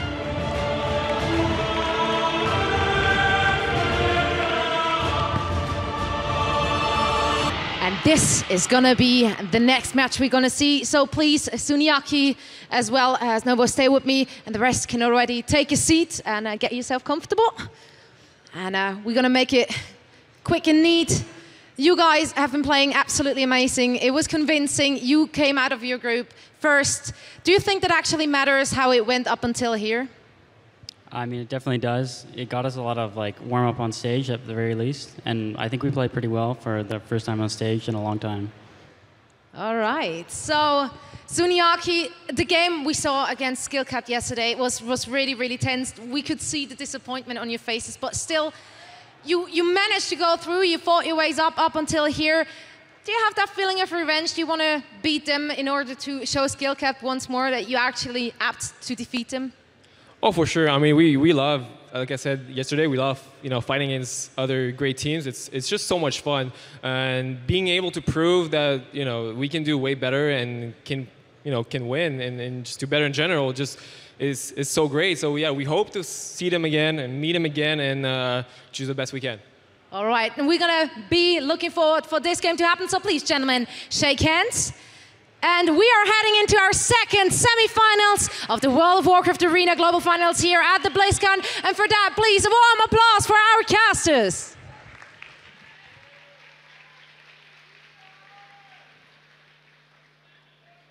All right, thank you very much, Zoe. Oh, those teams seem so nervous up there. I mean, this is the one round that determines, if they get a shot at that $105,000, they have to make it through these teams. And these are two of the strongest teams that we thought coming into this tournament, and now they have to face off. Yeah, absolutely. I mean, you say they're nervous. In either of their shoes, I would be nervous at this point, right? If I'm MIR going up against PvP Live, I'm like, oh, these guys might look a little bit scary. But if I'm PvP Live going up against MIR, I'm thinking the exact same thing right now. Both of these teams are looking absolutely just ridiculous. They've been playing incredibly well this whole tournament. Even though MIR has lost one match this far, I don't think that necessarily means that they're in any way weaker compared to PvP Live. Oh, absolutely not. I mean, Skullcapped is the team to lose to, if anyone in this tournament so far. And of course, tweet your predictions, use that hashtag BlizzCon. So excited. I was on Twitter earlier and I saw a mention from the PvP Live feed that Novos has prepared 450 games against this specific comp. Yeah, 450 games specifically against them. That is a lot of games to practice against one specific comp. It is, absolutely. And they had to have known that they will be facing off of MIR at some point during this tournament, so great preparation for that match. Yeah, absolutely. Absolutely. I don't know how much more you can prepare for something like this, but every little bit actually is going to be a huge help to try and take this first place prize eventually. It absolutely is, and I mean, these players play online constantly, no different from you guys at home. They are just queuing up on that ladder, getting their name on the front page of those 3v3 ladders for their regions, and I mean, if you refresh that front page, you'll see all these names there, always. Yep, absolutely. Whole bunch of incredible players. It really is. It is, and I loved that when we took away arena teams, you really can prove yourself on that ladder, and we see these names up there. It's not a fluke. These guys are constantly there. They have impressive win-loss ratios, immense rating. Yeah, for sure. I mean, every single player in this tournament thus far has been just the best of the best. I mean, it is an invitational of the top 8 teams in the world, right? It absolutely is. All of these players have been absolutely fantastic, but these 6 in particular, I'm feeling really, really good about. Absolutely. All right, so let's take a look at our teams. Of course, PvP Live seems to be the crowd favorite in terms of the amount of cheering I've heard for this team. I saw the PvP Live crew. They're just rolling deep for this tournament. Tons of people out in the crowd repping them. Yeah, absolutely. And I mean, Novos, Thugonomics, obviously they're amazing players. They've been around for a long time. They're just great players. We knew that already. Danny Carey coming into this tournament, I've been really, really impressed with his monk play. It was absolutely fantastic in the couple of games that I got to cast yesterday. He always seems to somehow find a way to get himself low on mana, keeping people alive, not go completely out of mana, and then 2 seconds later, he's off somewhere in the middle of nowhere taking a drink. Yeah, absolutely. And that massive mobility from the monk, I'm really glad that we saw some monks in this tournament. Mm-hmm. All right, and of course, they are going to be facing off against the European terror of MIR. And these guys are extreme tournament veterans. Of course, No Lifer is showing that he deserves to be up with these two well-known names. And I mean, running that the God comp, as we call it, you know, they can play a lot of different things. You know, we saw Zuniaki playing Warrior quite well yesterday. Yeah, and in fact, I was able to see these guys practicing a little bit backstage earlier today, and he was on his Warrior yet again. So I would not be surprised at all to see Zuniaki on his Warrior and then playing that WMD comp. Yeah, it's great to see these players can play just about anything. I mean, we talked about the European players being able to multi-class, and they just play so many different comps online, and it's great to round out your experience that way. All right. Now we are going to be getting into our first match on the Grand Arena. Let's hear it for both teams.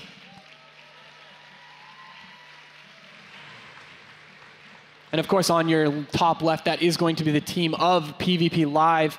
I know everyone out there in the crowd is cheering for these guys. Of course, the European not having too much representation here in the crowd. It is a little bit unfair seeing as how BlizzCon is being held in California, but... Oh, absolutely. People know how good this MIR team is. And even though they did lose the skill cap yesterday to knock down into the lower bracket, they were an impressive series. Yeah, for sure. I'm definitely very, very excited to see how these two teams face off against each other here. These have been some of the most fun matches coming out of these teams, each of these teams in the matches they played previously. I'm really, really super stoked to see what they have in store for us in this series. And the gates are about to open. Let's hear it for these teams. So excited. This is such an important match for both teams. As the doors open, we're going to be following Thugonomics out from the start because he's definitely going to be the initiator in this fight. Charges in immediately, getting over to No Lifer.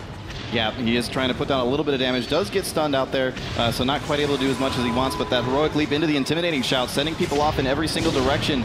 He is putting a whole lot of pressure on No Lifer right out of the gate here. Yeah, and No Lifer already had to trinket right there, as Thugonomics is going to get Cyclone, which is going to stop that pressure. But that was a good trinket to force on No Lifer. They're just going to train him the entire time. Oh no, looks like they are going to switch onto Zuniaki right now, putting out that pressure. And I love the use of the offensive Ring of Peace. It just constantly is being applied to Thugonomics during these matches. Yeah, and it's worth pointing out, obviously at this point you've already seen it, but Zuniaki is playing his Shadow Priest, not his Warrior, as we had expected might be the case. So interesting choice to stick with that Shadow Priest. Obviously, I think against this comp, it might actually make a whole lot of sense for him to do that.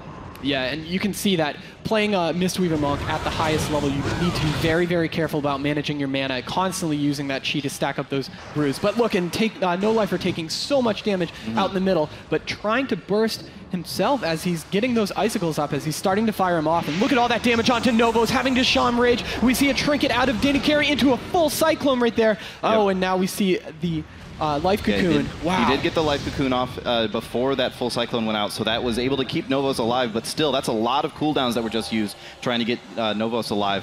There was a Bark Skin that came out of Inpoke onto No Lifer, so not a completely one-sided trade there, but still, I feel like PvP Live definitely had to use a lot more to keep Novos alive in that case. Yeah, now Heart of the Wild is up by Inpoke, as Zuniaki is going to be taking a lot of damage. You hear that Colossus smash by that Warrior as he's trying to get a ton of damage out, because if they turn it around and they can burst Novos yet again, he doesn't have Shaman Rage for a while. And Zuniaki actually getting pretty low on mana. I know it's not a huge concern for him, but it is something that he's going to have to keep aware of in these battles like this. If he goes completely and can't Dispersion, that would be terrible. Yeah, as we see, looks like Danny Carey is going to Nimble Brew out of that deep freeze as he's trying to get away. He is stuck in a full poly right now. Novos taking a lot of damage with a Blanket Silence, followed by a Fear, that rallying cry coming out from Thugonomics, but he is stuck in that ring. Novos still in trouble as that half Cyclone lands, Devouring Plague on him. Oh wow, he's trying to heal, but he's still standing in the orb, taking so much damage, but it looks like he will eventually be able to get away here. There's that offensive Ring of Peace yet again, trying to switch over onto Minpoike, it looks like, and he's taking a bunch of damage, but with that life grip there from the Shadow Priest and the Ursak, he should be fine. Oh, he had to use a bunch there. The Bark Skin is down, Stampeding Road to try to get away, but now he's stunned, and there we go. The Symbiosis Ice Block saving his life. Yeah, for sure. That was a lot of cooldowns that MIR just had to use. And even that life grip wasn't a terribly long one. It didn't actually seem to do a whole lot, but still, every little bit that they can use to stay alive is fantastic. We do have another Bark Skin going down on Zuniaki, trying to keep him alive here. And a Ring of Peace, a Ring of Frost coming down as well. Danny Carey in a full sheet, but it doesn't look like his team is in too much danger at this particular moment in time, but there is a whole bunch of damage starting to come in on Novos. All right, so Danny Carey is feared, having to trinket right... Wow! Wow. What? Well, they put some CC onto Danny Carey right there, as he did have to trinket, but I mean, wow. Yeah, seriously, that was like, I was like, okay, yeah, sure, he's going to take a whole lot of damage here for a second. This will probably last a little. Oh, never mind, he's dead. Yep, and I mean, it can happen when you have the burst from a mage coming out plus the Shadow Priest. Shadow Priest is going to have to maintain a lot, keep their dots up on a lot of target, build up those orbs. But once they have orbs and they're ready to go, it's just so much damage they can dump into a target. Meanwhile, PvP Live is not actually like giving up the ghost just yet. Thugonomics is still trying to do something here. I don't know that there's actually that much that can be done. But I mean, you do have a monk healer. They have an incredible burst healing. You see that Thunder Brew coming up, so he can try to get some big heals out. But I mean, they're just going to have to train Thugonomics. The only hope that Thugonomics has is they can somehow score a kill, and it has to be the healer. Like anything else, they won't be able to do much. You see the shield wall coming out. He's using everything. Yeah, and it's looking like Thugonomics will not be able to last too much longer here. Danny Carey's keeping him alive very well, but I just don't know that he's going to have the damage output, even with that damage from the monk. Down to half. That bark skin is tossed out again with Cenarian Ward on top of it. Thugonomics trinketing, trying to get to that healer as he's down to half right there, but the long grip. And Thugonomics is going to have trouble getting him back on top of him, as he's going to have to sit in defensive stance in the middle while he has two casters just beating on him. Yeah, for sure. I mean, Thugonomics getting very, very low here. There's the orb, and down he goes. That's the end of that. PvP Live loses this match. MIR takes the first one. Wow. Wow, that was so much damage. I mean, I glanced down, saw him at half, and he just dropped. Yeah, for sure. Novos, I almost feel like they just weren't expecting. I mean, I know they used a lot of cooldowns already at that particular point in time, and I saw that the life cocoon did come out from Danny Carey, but it was just after Novos had died, so it went on himself. But still, I almost feel like they just weren't expecting that ridiculous amount of damage on Novos that quickly. Yeah, and it seems like the plan so far, as we watched the games against Skillcapped also, is that they're training the Elemental Shaman, trying to bait and get that Shamanistic Rage out of him, that massive defensive cooldown, and then once that's down, they can go back on him whenever they want. Yeah, so that will put MIR up 1-0 in this series, but that was a very, very back-and-forth game. I don't, and obviously now PvP Live will be able to choose the next map, which could potentially give them an advantage here. Yeah, and anything where the monk can run away. He wasn't pressured too much, but if he can play max distance, there's not too much he has to push up for whatsoever. I mean, his paralyzed, we didn't see too many out of Danny Carey during that match, but that's the only situation where he's going to have to put himself in a bad position to try to throw out that crowd control. And all right, looks like they are going to pick Tolveron, and there we go. He's going to have that extra room to play with. But this is an exciting match. We're not going to have any Warlocks, so there's not going to be any gateways here. There's going to be a lot of pillar play. This map with the 3 pillars instead of the 4. It's just like an oversized Nagrand with 3 pillars. Yeah, for sure. I mean, it was interesting yesterday in the series that PvP Live played against Bleachbones. They were doing a lot on this map, and this was the one that Danny Carey was actually having the hardest time, I think, getting away and getting a drink in. Just because, yeah, sure, it's huge, but the pillars are so far apart, and against a team with a lot of range, such as MIR here with the Shadow Priest and the Mage, it's going to be interesting to see if he can actually manage to get all those drinks in that he was using last time, or if it's even going to matter if they're just going to burst somebody down in a hurry at the start.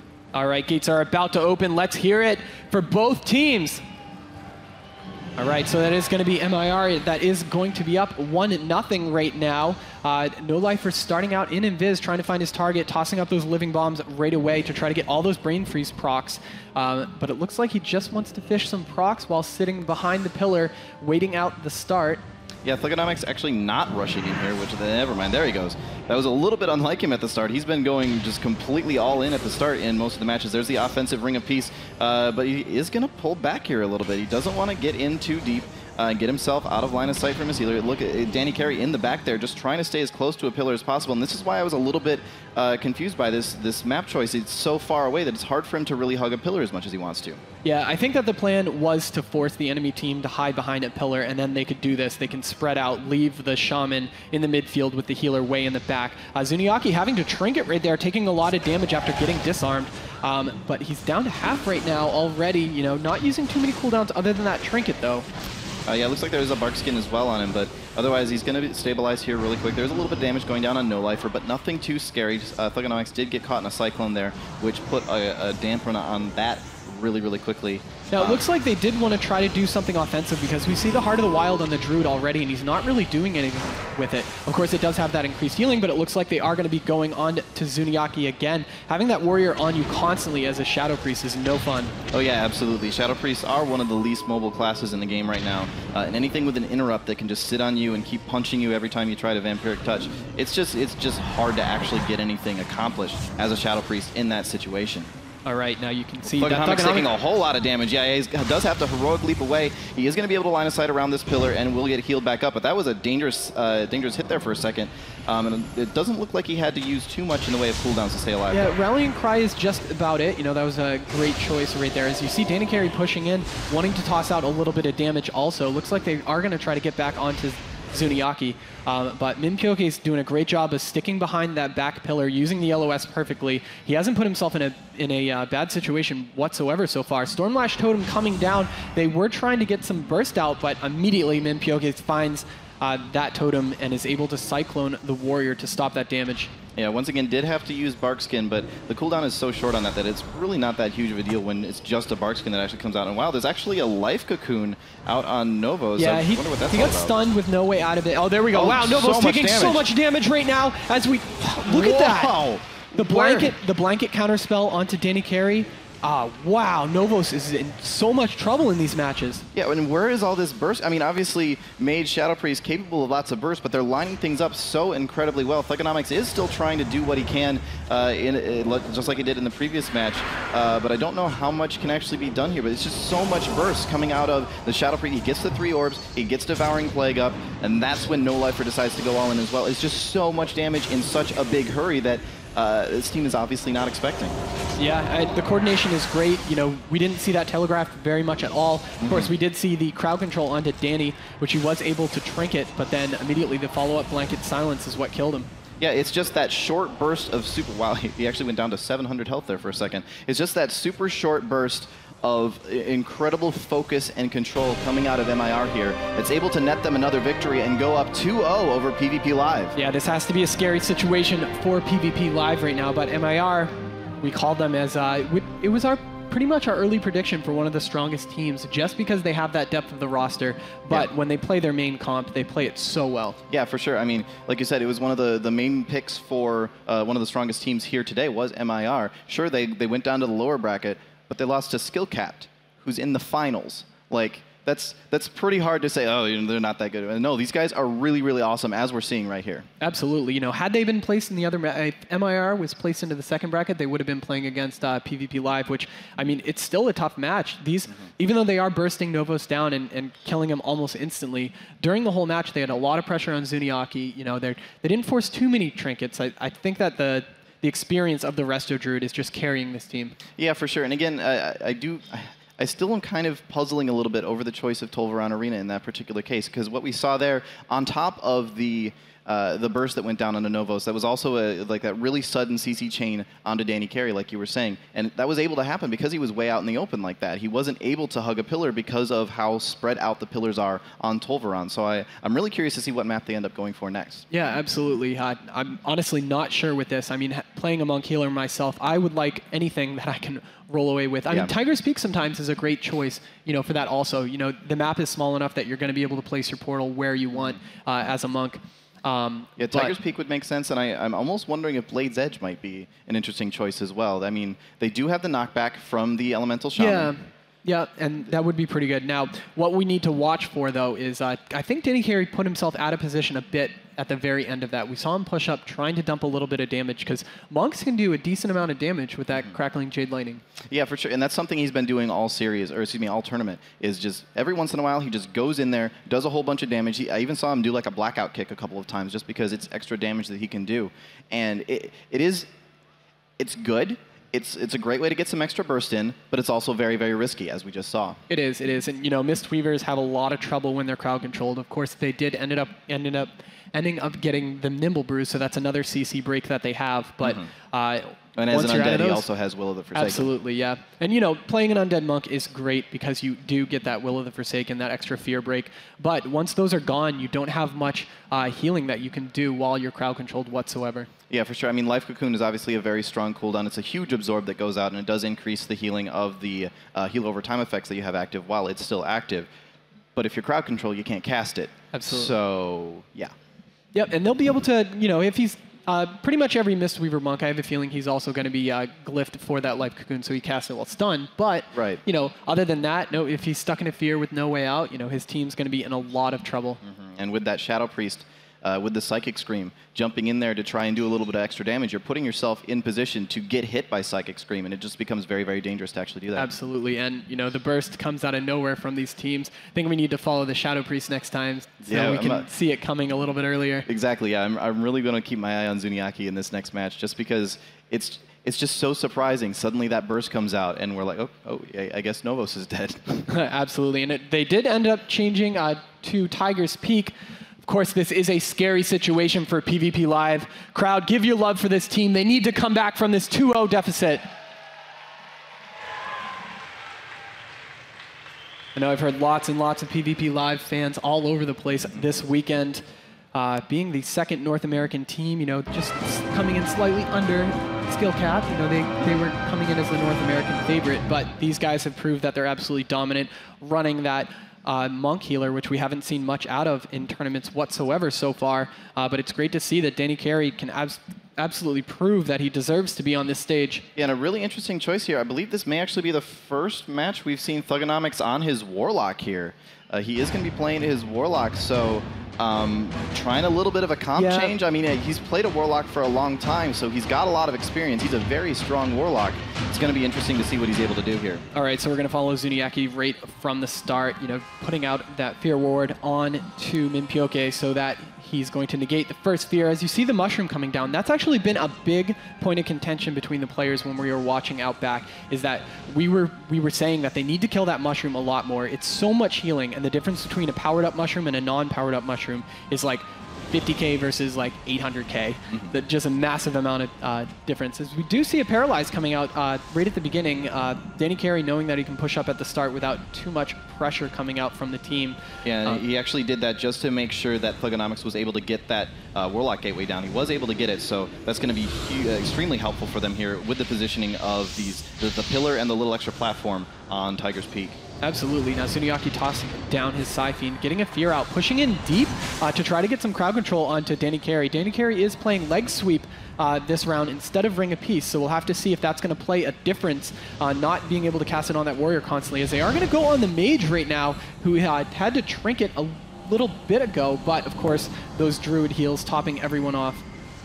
Yeah, and like you said, playing Ring of Peace makes sense, or not playing Ring of Peace makes sense when you don't have the warrior to constantly be casting it on, but going for leg sweep instead, obviously there really isn't a much better choice at that point, but it does mean that in order to use it, he is going to have to get back in there to melee again, like we were just talking, and expose himself to potential CC chains, to potential damage. It is very dangerous to actually use that.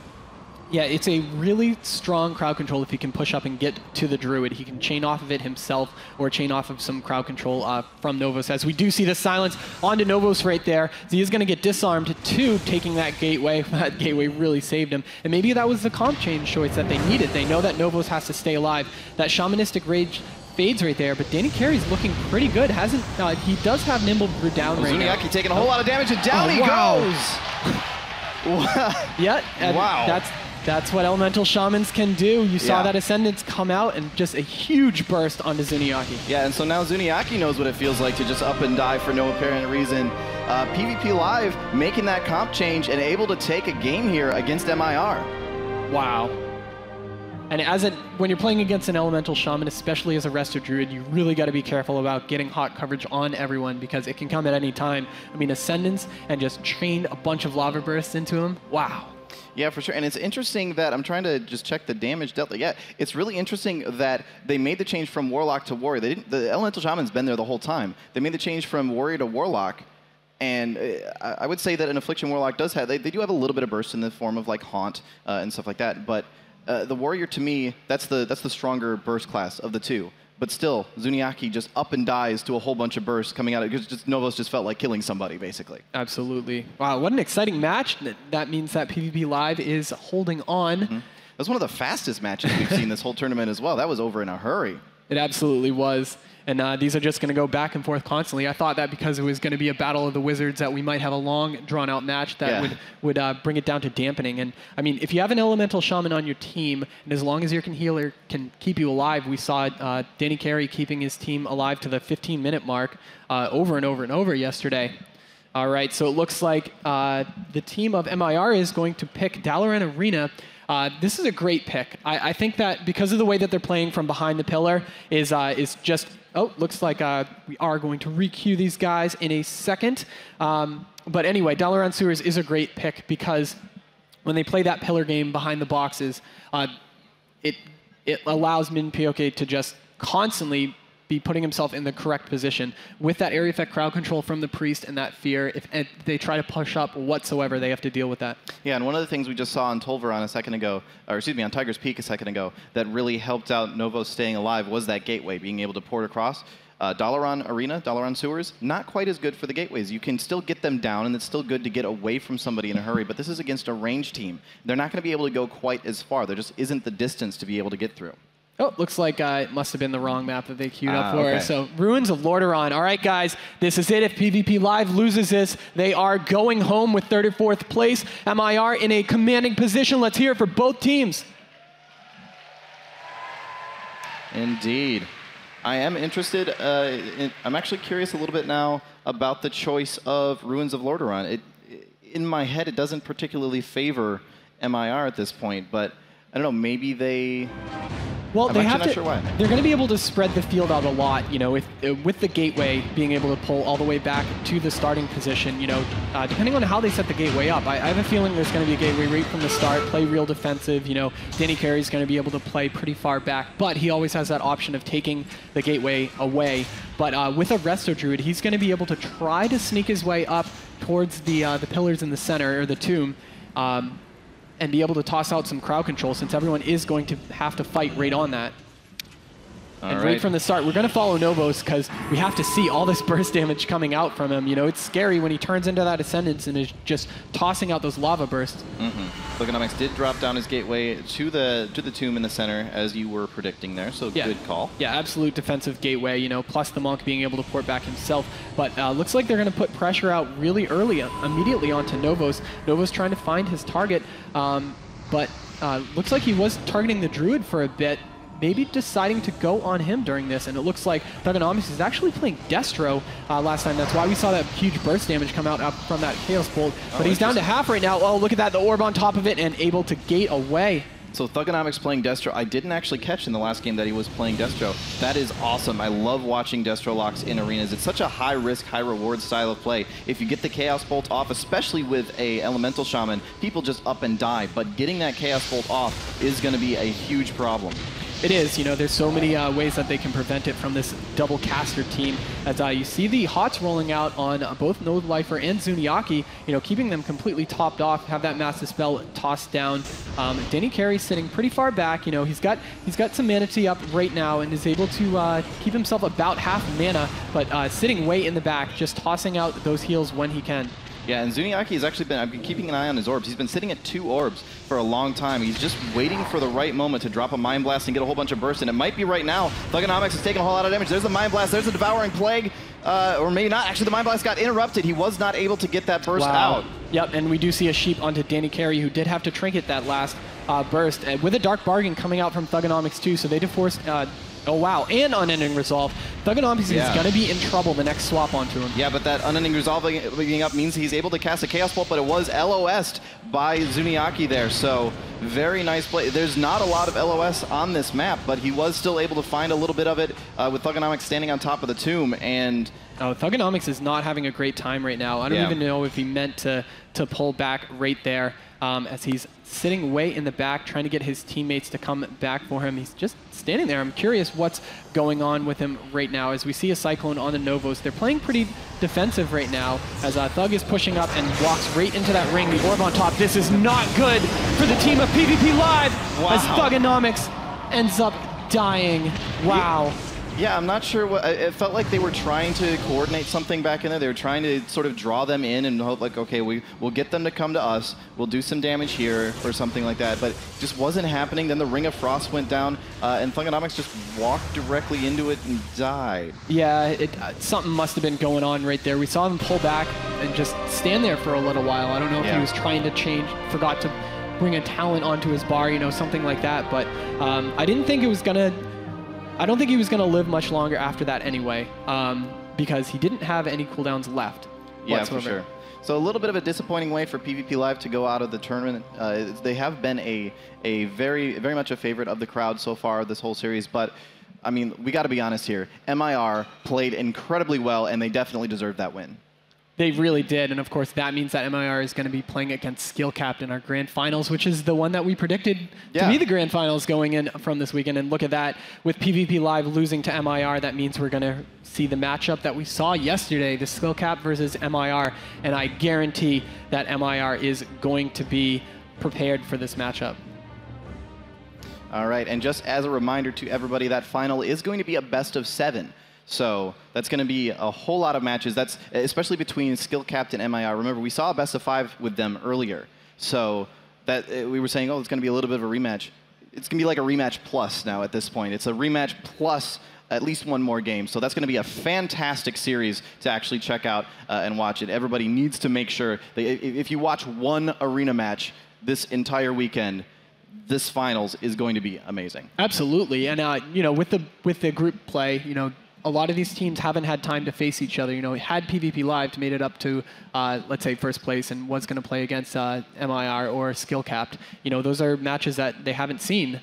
And now we know that MIR is going to be able to scout Skill Capped. They played against them in that best of 5 earlier. Didn't do too well overall. It was pretty one-sided match most of the time, which was surprising to me because I thought MIR was going to drag it out to a game 5. Mm-hmm. Yeah, and like I said earlier, I did see them practicing a WMD comp a whole lot earlier, and we didn't see them pull it out here against PvP Live, so I almost wonder if they were specific. In fact, I would not be surprised at all if they were specifically practicing that WMD comp, the Warrior Mage Druid, to go up against Skill Capped's LSD, the Lock Shaman Druid.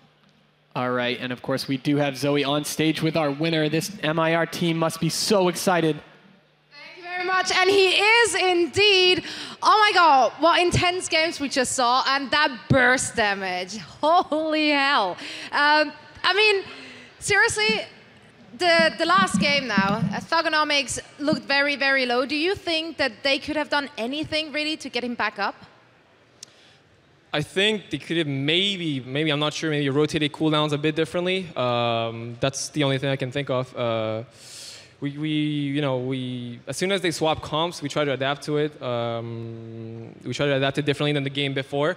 So it was going a bit better, but for them, for the way they were playing, they played good. It's just maybe they could have rotated cooldowns a bit differently, but I still felt we had the advantage, and even if we didn't kill there, we probably would have killed them in the near future. Did you expect them to actually go and swap the comps a little bit? Do you thought they have to mix it up to actually win the next one? Yeah, I felt like they kind of should have. I mean, we felt pretty confident against Warrior Ellie. Everybody was like, yeah, you need to play Warrior Mage. You'll never win. But I got to actually fight him a few days before when I was playing on US, so I knew exactly what to do. All right, and we hope you're going to do that as well in the finals, as that's where you're going to be. So once more, of course, big round of applause for our winners, MIR. You guys going to have a quick break. Also, everyone watching can have a quick break. In about 20 minutes at exactly 4 p.m., we're going to be right back with the grand finals, so don't go anywhere.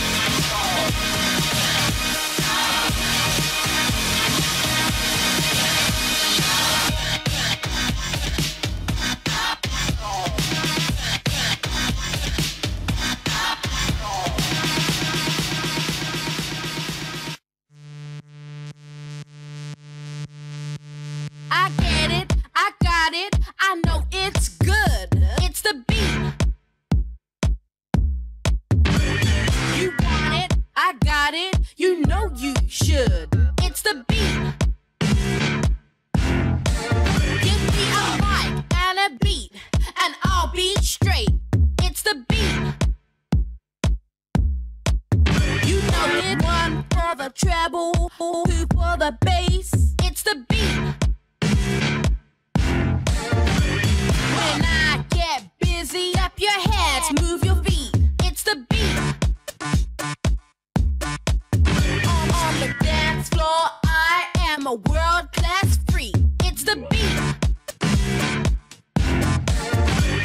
Your back is to the wall. We waiting for you. It's the beat. 1, 2, 4, 6, 8. Let me see what you can do. It's the beat. Get up out your seat.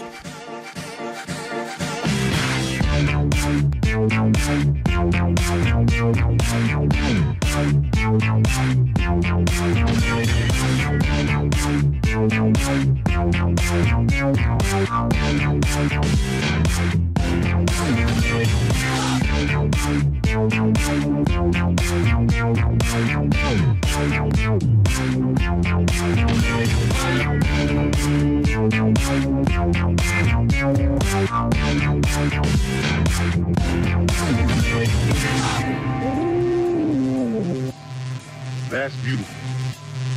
That's nice. What's that? It's the beat. It's the beat.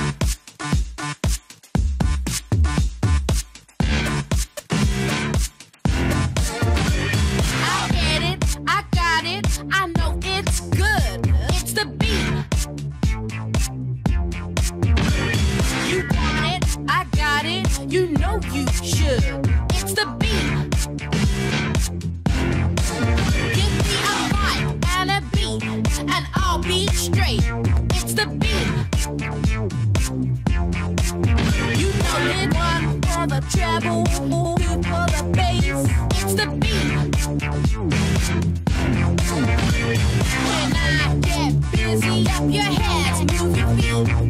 beat.